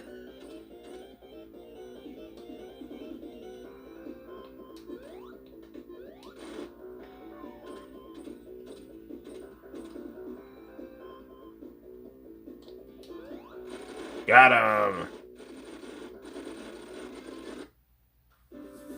Sonic got through Act 3. My favorite Ren and Stimpy joke was the guy claiming he killed the dinosaur by running them over with his truck. Nick Doug is better than Disney Doug. Disney Doug was okay, but it was not as funny as the original. My favorite Ren and Stimpy joke was, like, Ransack the Elder, like one of Robin Hood's merry men. Like, there was some, like, really funny stuff. Powdered Toast Man was funny, too. Yeah, I just didn't like the stuff where it was, you know, like, I don't know, it's weird, man. They were, like, sleeping in the same bed, and, like, there were, like, buff dudes around. Like, it was, like, not okay. Like, you know, whatever, man. You know, whatever your identity is or whatever, it's like you're deserving of respect and stuff like that. But, like, aiming that stuff at little kids just because you can, because, you know, you're trying, like, oh, like there was this like thing I think where, you know, these creators were like, we're in charge of a kids show, but no one's paying attention to what we're doing, so to be subversive and funny, we're going to put a lot of like wildly inappropriate things in, which can be fine if done properly, but you don't want it to be like weird sexual stuff. Like, and if you are going to do weird sexual stuff, it should be like kind of, you know, like subtle and quasi wholesome, I guess, you know, like not just like we're pushing the envelope culturally and aiming it at your, like, you know, 7-year-old who's watching this. So Ren had a real anger issue and is probably neurotic. I remember Ren and Stimpy, people did Yogi, and yeah, that was really bad too. That was another thing with like kind of that same type of creepy, weird sexual humor. SpongeBob is more. I agree. I agree. Like Peppa Pig is really funny. For their like more like when I say mature humor, it's not sexual. It's just warped. Like you know, like Daddy Pig will have some existential crisis. You know, like while they're like you know. Like my favorite one is the one where it's called like soft play, and all the adults are getting stuck in the bounce house, and then Daddy Pig's like, that usually happens to me, and then like he pauses, he's like, that is going to happen to me, isn't it?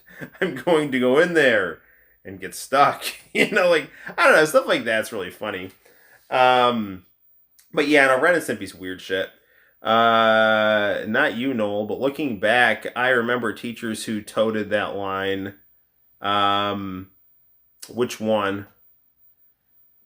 The like the Daddy Pig one. Like I don't know. Let's play some Sega Saturn while we're getting stuff ready. Where is my Sonic 3D Blast here?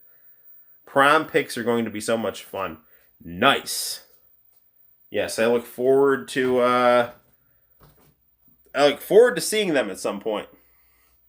All right, let's find our Sonic 3D Blast. We'll set up our camera like so, and we'll go in our drawer right here, and we'll find that game. So let's see. Sega Saturn games, where are you?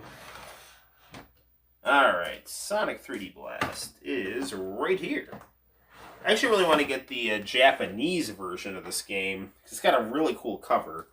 But I actually like the American cover, too. Usually, American covers are, not as good. But this one's good. I like it. What you can get away with kids not noticing? Oh, yeah, I don't know. I mean, I joke around with my students appropriately. But, you kind of got to, read the room in terms of, what you can get away with. I am still on paternity leave. Hello, Arrow! And that is why I'm streaming on a Wednesday. We have been playing Sonic games since our 91st live stream. And Sonic came out in 1991. He's 30 years old. So, I thought it would be fun for us to do some Sonic games. And so we played some hacks on the at-game Sega Genesis. Played Sonic 1, with a spin dash. Amy and Sonic 1. Played some Sonic and Knuckles. And then I was talking to Sinister and was telling him, I don't think there's been any bad Sonic games on Sega hardware. And he's like, well, some people didn't like Sonic 3D Blast. And I was like, I don't agree with that at all. I think Sonic 3D Blast is really good, and you're gonna go charge your phone and body. Well, good deal. I think Sonic 3D Blast is a really good game, and we just played it on the Genesis, aka Mega Drive, and now we're gonna play it on the Sega Saturn right now. So, got my copy of Sonic 3D Blast, originally from 1996. We'll position our camera like so in front of our professional video monitor. We adjust its height with my selfie stick. All right. And okay, let's get our Sega Saturn controller and SCART cable ready to go. And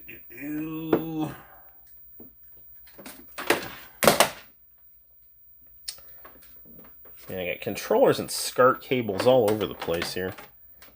But that's part of the tangled web we weave.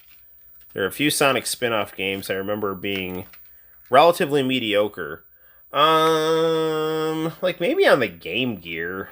But, Mean Bean Machine is good. Sonic Spinball's good. I don't know. I don't think Sonic... I think when Sega had hardware, their stuff was good.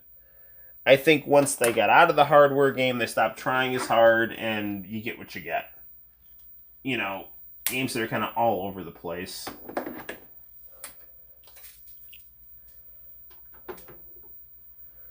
Take out X-Men versus Street Fighter right here. Quality title for the Sega Saturn. We'll pop in my jewel case. So this is cracked. Sonic 3D Blast.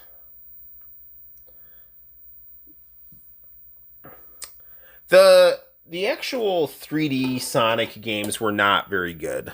The stuff on the Dreamcast was good. But once Sonic got off Sega hardware, then his titles became a lot less consistent, in my opinion.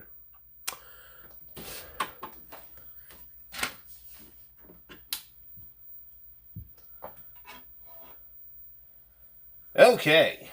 It's January 1st, 1994, in Japanese.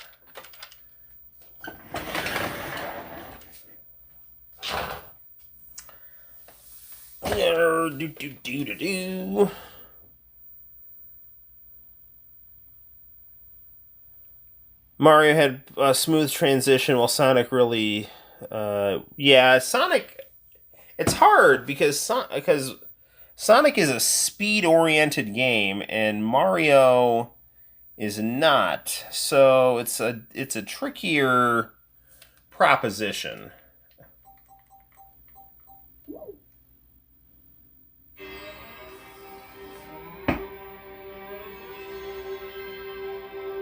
Man, Japanese Saturn opening is so pretty. I'm gonna hit the lights.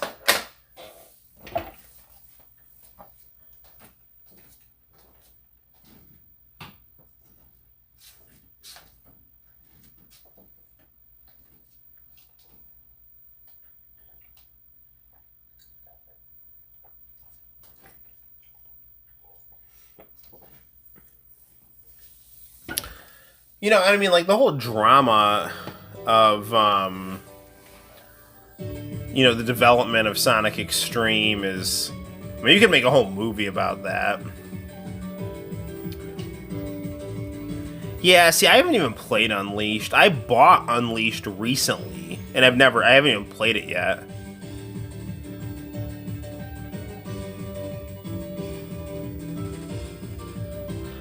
Yeah, I mean, I think the last Sonic game of, like, the only 3D Sonic game I beat was the original Adventure, and I thought that was good.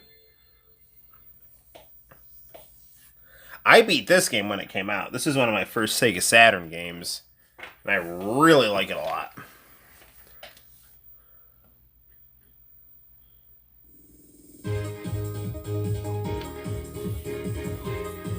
But I think Sonic Extreme would have been better. Man, this game looks fantastic on this monitor.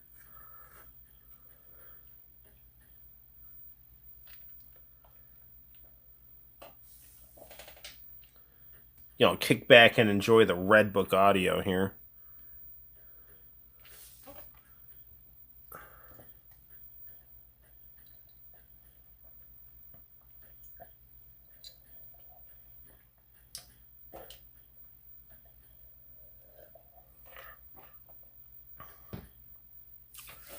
The Sonic World 3D tech demo on Sonic Jam is good. That would have been a good game. I actually think he controlled better on the Saturn than on the Dreamcast, personally.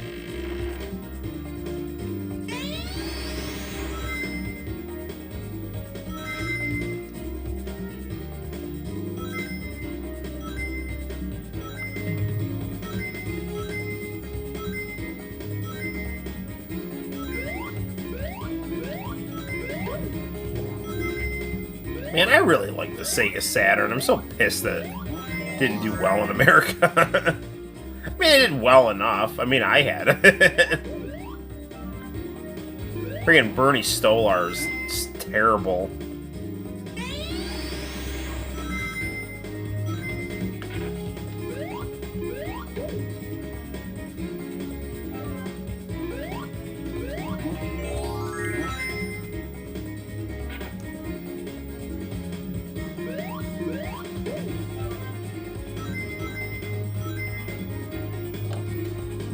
I wish they'd bring back stuff like Rush and Advanced Series. Yeah, I really like those games. I have Sonic Rush on my DS, and I like it. And the Advanced Series is good. The people who did the Advanced Series did like Sonic 4, which is good. I mean, the physics of it are odd, but I mean, it's not a bad game. It's just, I mean, it feels different than a traditional Sonic game, but it's not a bad. It's not an improvement, but it's not bad either. It's just different.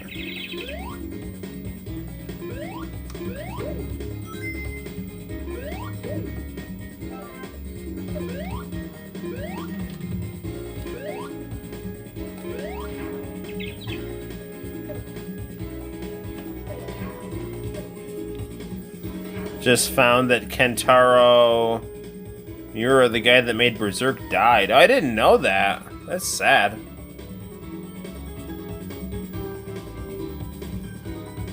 It was made public more or less right now. I've got some of the Berserk manga. Does it say, like, the cause of death? That's sad, man.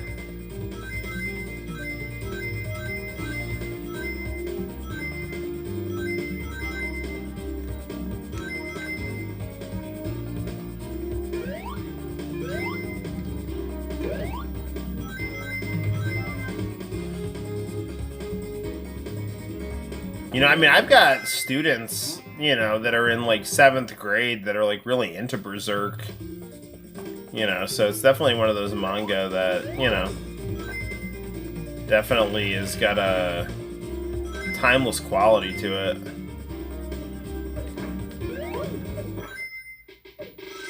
I mean, there is a Dreamcast game of Berserk that got released in America. It was called, like, Guts Rage, Sword of the Berserker, or something like that.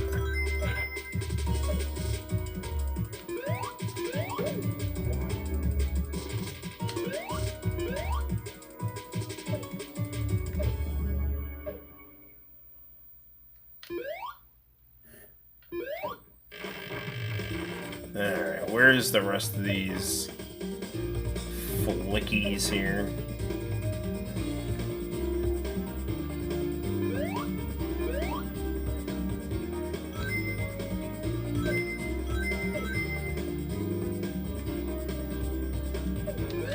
Oh man.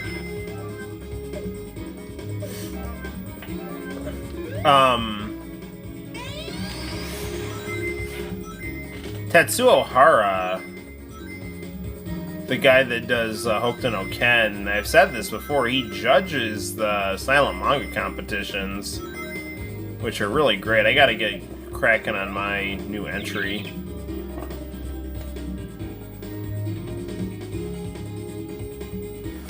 Acute aortic dysfunction, sounds like a heart attack. Quite the unfortunate loss. Seems to be like this among a selection of manga that won't be finished. That sucks.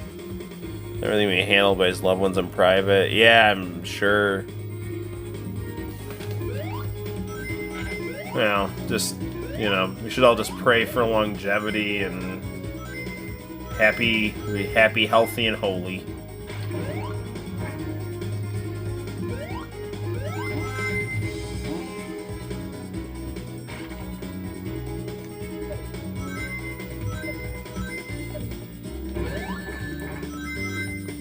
Flickies. There's one more of you around here somewhere.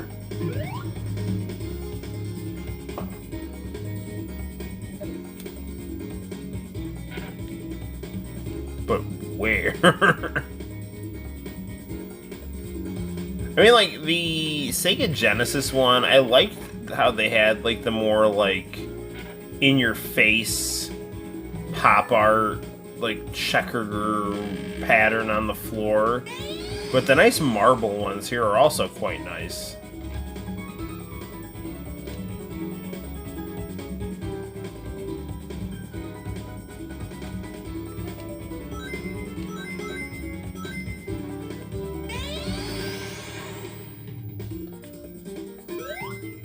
Where are my... Where is that other freaking robot?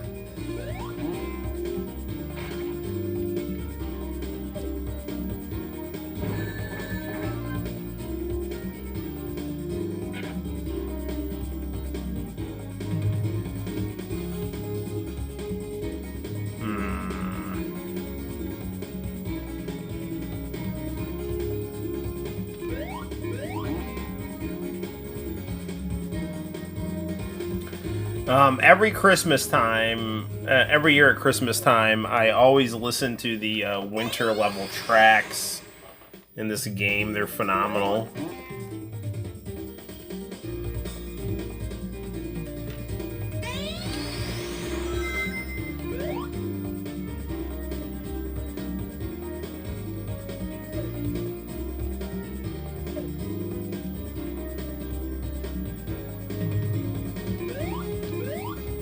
Dude, where is the other thing? Where's the other robot? I mean, it's also getting late, so I'm probably, like, not thinking as clearly, but...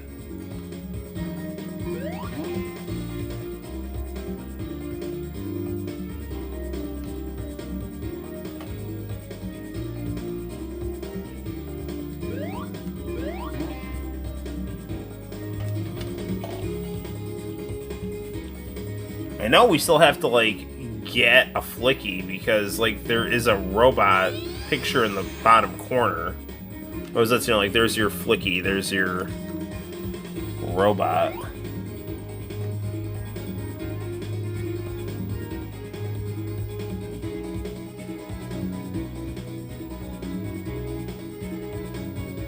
Dude, what am I missing here?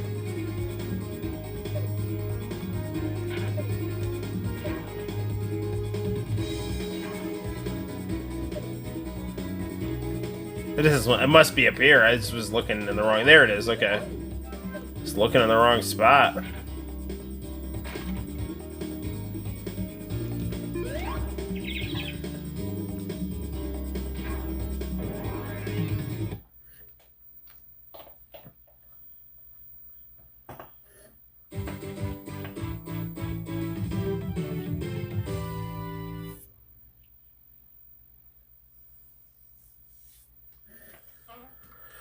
Now, if we're lucky, we'll get to a special stage in this version of the game, because that is quite good. The special stages in this game are great.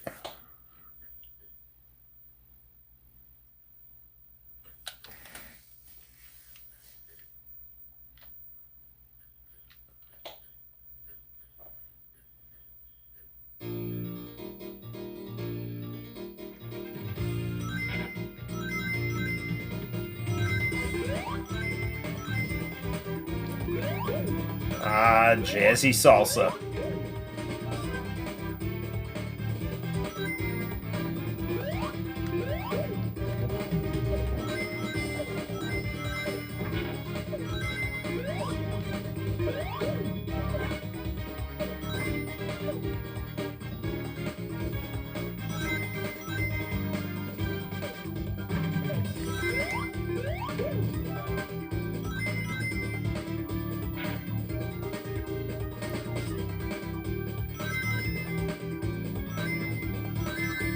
Ah, come on.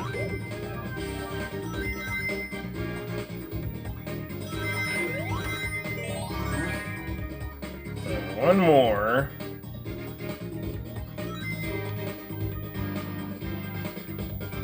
There you are.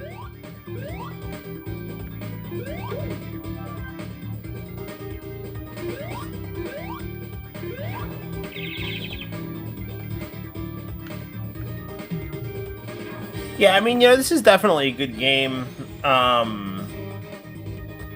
I mean, you can tell, like, for as good as this is, it feels like more of a, like, supplementary Genesis-ish title as opposed to a, you know, like, something to directly compete with Mario 64, because it does not feel like that at all. That's because this game wasn't designed to, you know. It's like, it's a really good game, but it wasn't designed to compete with, like, Crash Bandicoot and Mario 64. It's just supposed to be like a cool isometric Sonic game.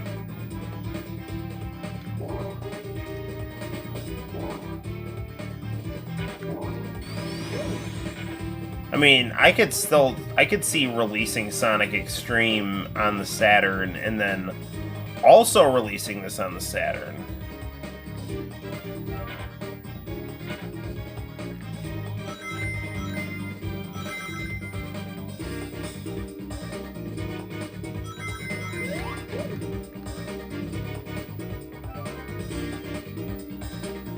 I imagine the time the focus on expanding 3D was so great that there just wasn't enough.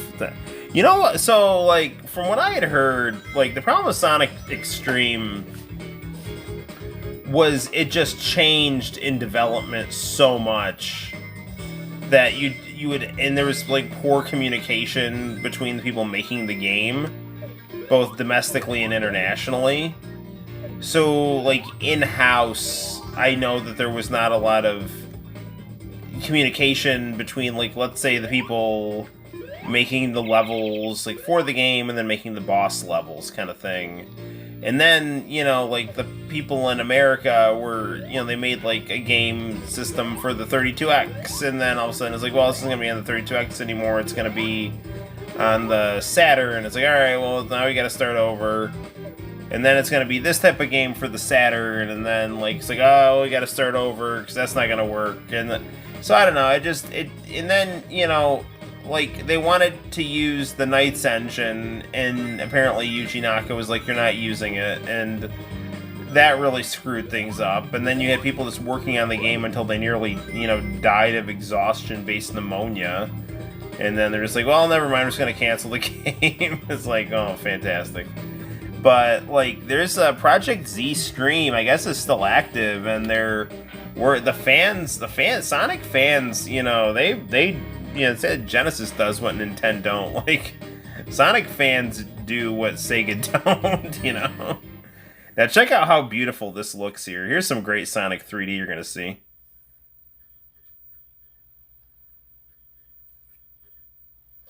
And Sega of Japan, I believe, did this special stage here, which is why it looks so good.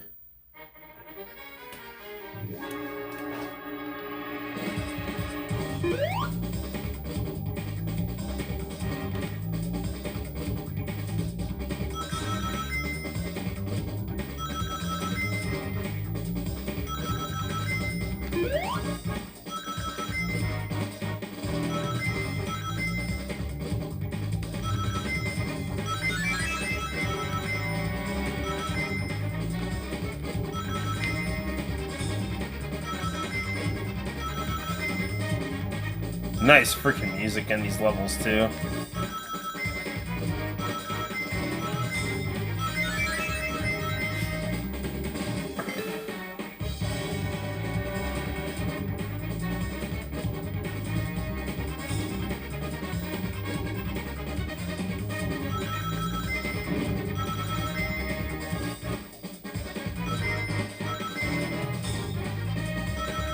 It's never that great at these half-pipe levels.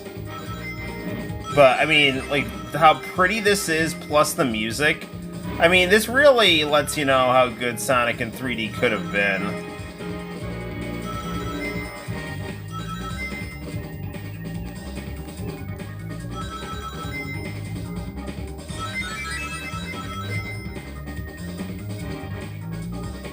So we got a Chaos Emerald.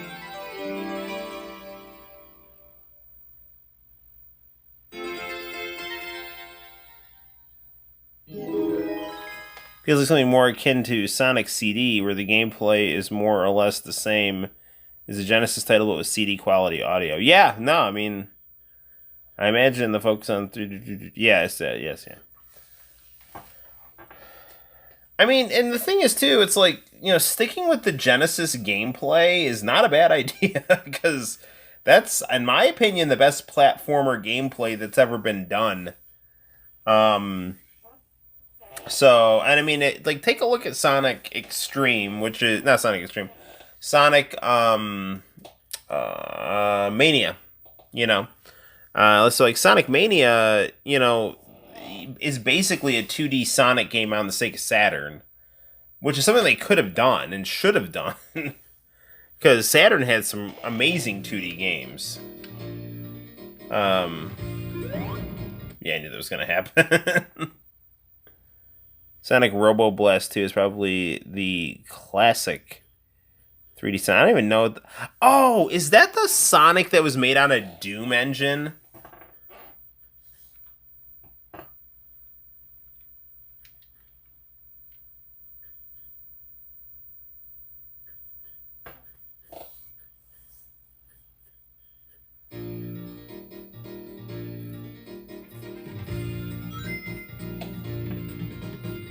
Yes. Yeah, that was some good stuff. I've seen that game. It looks really good.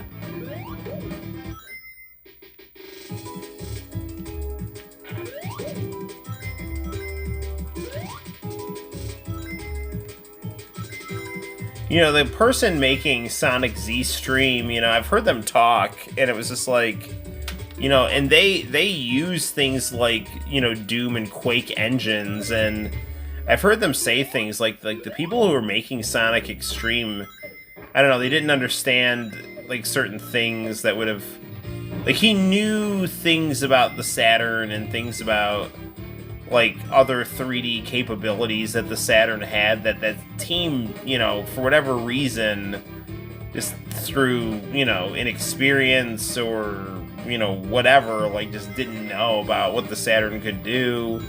This seemed like there wasn't a lot of consistency either. I mean, like, the worst thing was that, you know, apparently they had this whole like fisheye lens program ready, and they could get it to run on a Mac really well, but like they're still working on getting it to run on the Saturn.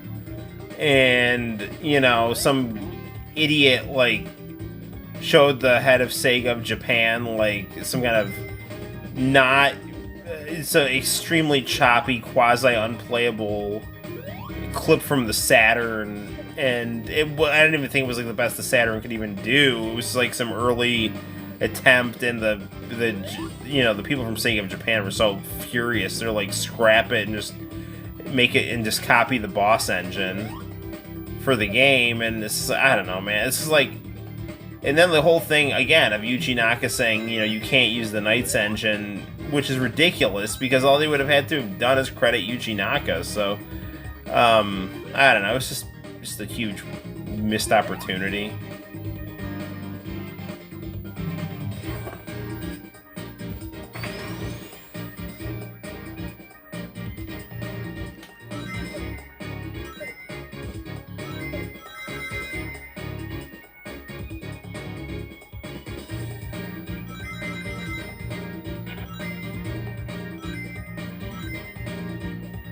It's getting late, so after this level, we'll probably wrap it up. But before we do anything, we gotta get some of these flickies here. Sonic Mars looked good for the tech demo for it, at least. Which, you know, we're all fortunate enough to be able to see these things through YouTube, which is just freaking awesome. 3D overworld for Sonic Jam would have been nice to have. Yeah, no, I agree. It played really well. I mean, and they had like little mini games in that as well, which were fun to play. So you could imagine how good it would have been had it been like, you know, a complete game.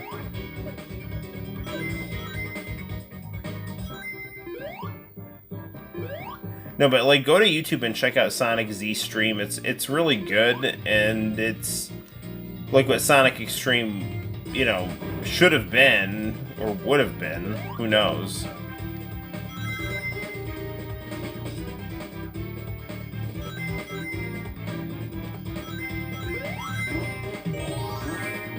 Nothing better than having a shield and a bunch of flickies that you can jump on to get various things.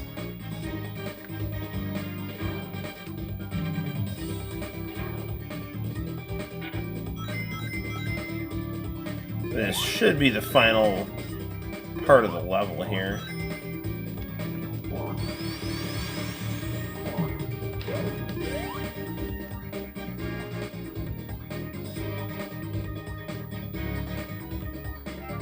Yeah, it's funny. I remember when I got the Saturn, how really blown away my mom and I was. But my mom just doesn't play video games. I remember like looking at the Saturn and it was like, wow, you know, that's quite the improvement from the Genesis.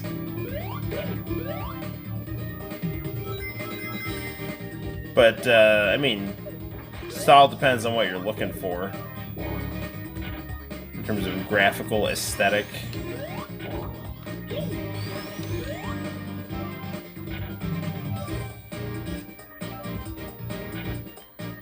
Right, come on, come on.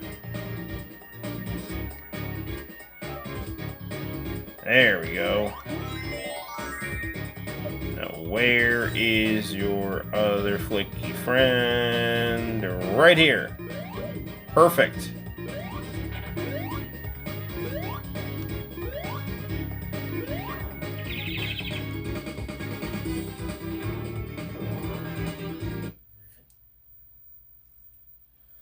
Yes, visual potential has plateaued over the years. I agree.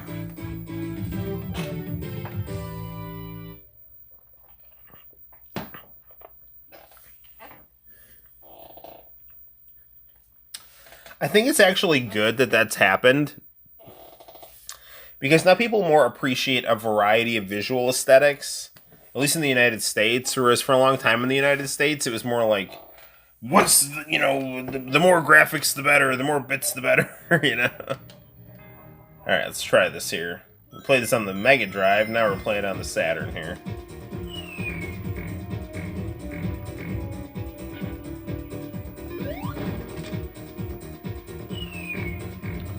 Definitely looking better on the Saturn, but Mega Drive was no slouch either.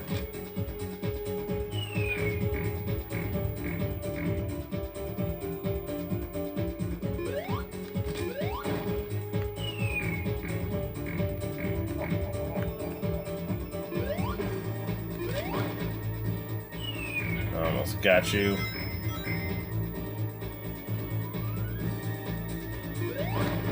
That does it! I can only imagine how it might have been during the era of the Bit Wars. I can tell you, man, there's a reason why Mortal Kombat was so popular. It's because visually it was doing things that had not been done before.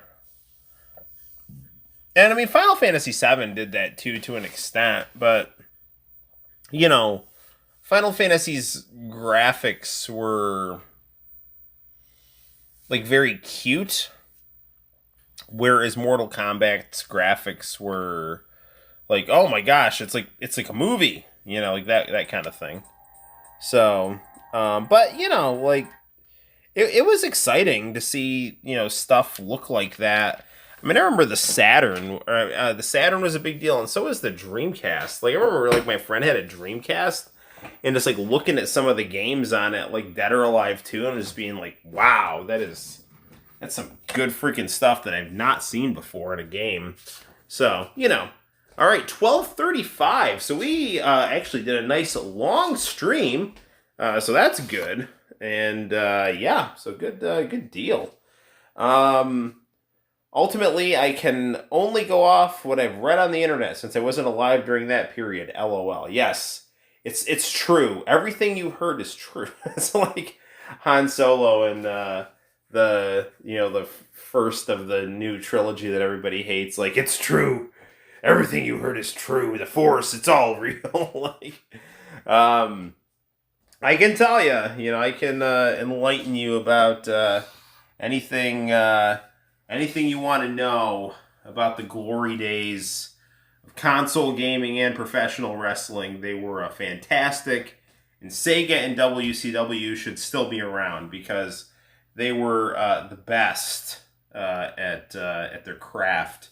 And just unfortunate circumstances led them to unfortunate circumstances and poor choices, which are really what ends up happening when luck and skill equal success, misfortune and screw ups equal failure. So, is this your last week of paternity leave? Could you possibly spend an entire video on this? Yes, I will. Maybe I'll do it right now. Maybe I'll make a whole video just kind of sharing my insights on gaming and wrestling in the 90s for all because I've got a lot of students that are,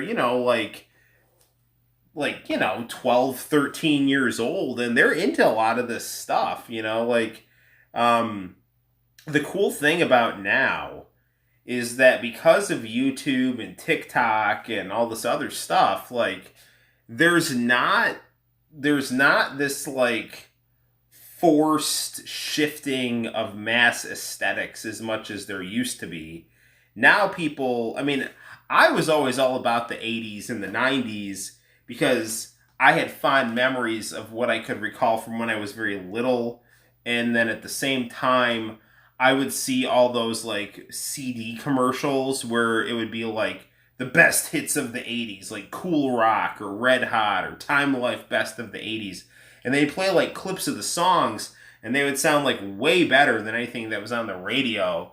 Like, I mean, don't get me wrong, like Alanis Morissette is fine, but when you like match up like Ironic or some song on Jagged Little Pill to like, I don't know, White Snake or Aha or Starship or Rick Astley or Duran Duran, it's like it's better. It's like, and that's why I like Puff Daddy so much and a lot of rap music, because it actually took the sounds of like the 80s music, those like multi-layered sounds that were really good, and then and they rapped over them. And I mean, it's like the big song that was like the big kind of like shift aesthetically from like 80s to 90s was like Smells Like Teen Spirit. But the reason that that song was so good, and Rogue Drums can, comment on this, is because like it syncs up with like good multi-layered 80s songs. Like it was a very energetic beat, even though it was like a very like guttural song, so it's good stuff. And Diamond Dallas Page used the backtrack to that song as well for his stuff. Yeah, hell yeah, he gets it. Dude, I'm telling you right now, there are mashups on YouTube of Never Gonna Give You Up by Rick Astley and Smells Like Teen Spirit, and they go really well together. So, yeah. But I don't know, man. I don't know. I was always about the 80s and the 90s and liked the 80s and liked the 90s too. So this is actually making me want. Before we go, why don't we take a little visit to my CD drawer right here. I've got some compact discs you can take a look at if you want to know about some 90s music here. So see some primary source material. A student of mine was very nice and got me these JoJo Bizarre Adventure buttons. So I appreciate these. The school year is going well, especially when you get JoJo buttons. So that's good.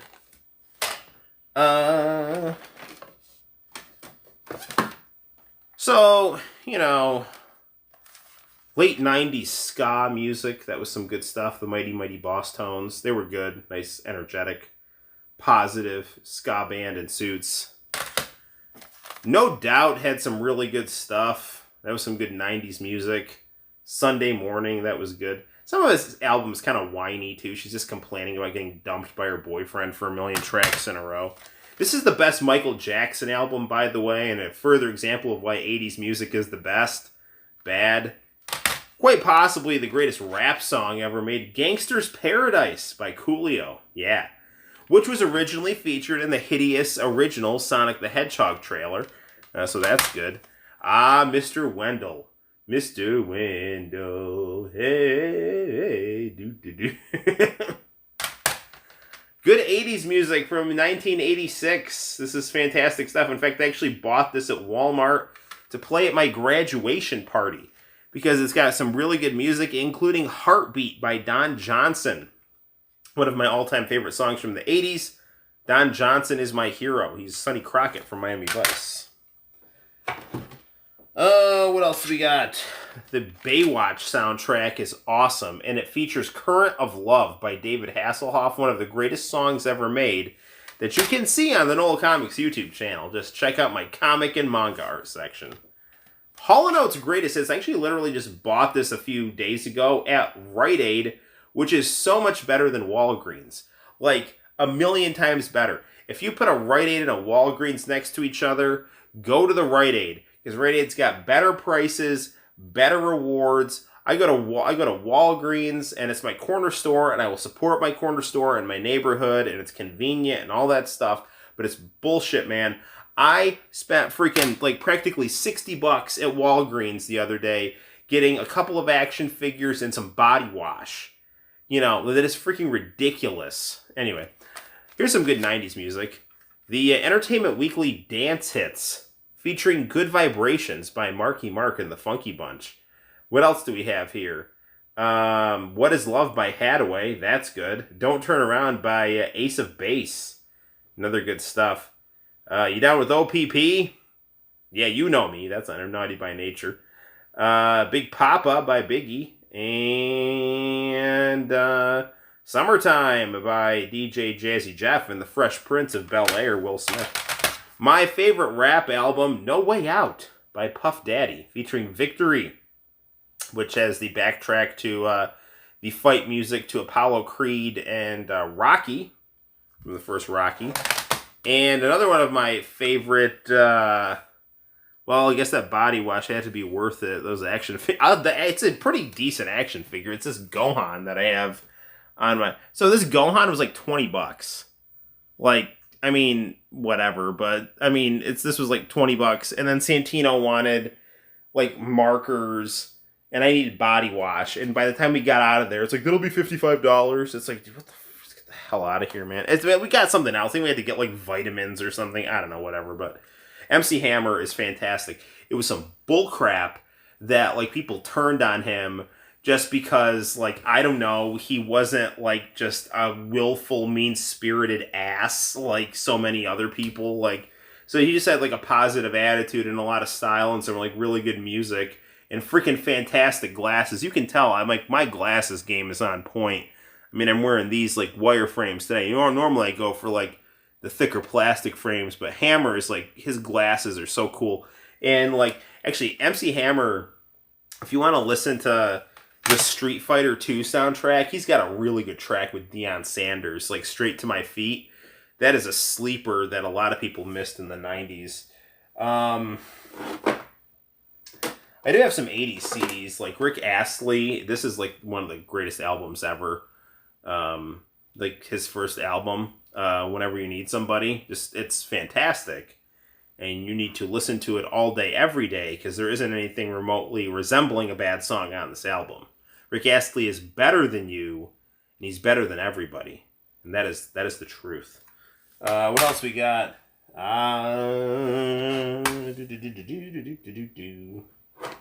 Yes. The Woman Who Destroyed the Lilith Fair. Britney Spears, right? This was a good album right here. So, you know, for those of you who don't know, the 90s was, like, racked with, like, really, like, whiny female singers. Then they're like, we're not going to be pretty, you know, I mean, we'll be pretty in our own way, but we're going to talk about our angst and all the problems we have. And then, like, Britney Spears came along, like, popped it up in like a Catholic schoolgirl outfit, sent all that stuff to the dustbin of history in one fell swoop. So thank you, Britney, for your wonderful album and wonderful music and making sure there was no more Lilith Fair because of your awesomeness right there. So good stuff right here. And the cool thing about this album, too, it comes with a poster. I love it when, like, albums came with posters. Problem is like, you don't want to actually use it because then you, like, kill the album right here. Like, you know, you don't want to, like, ruin...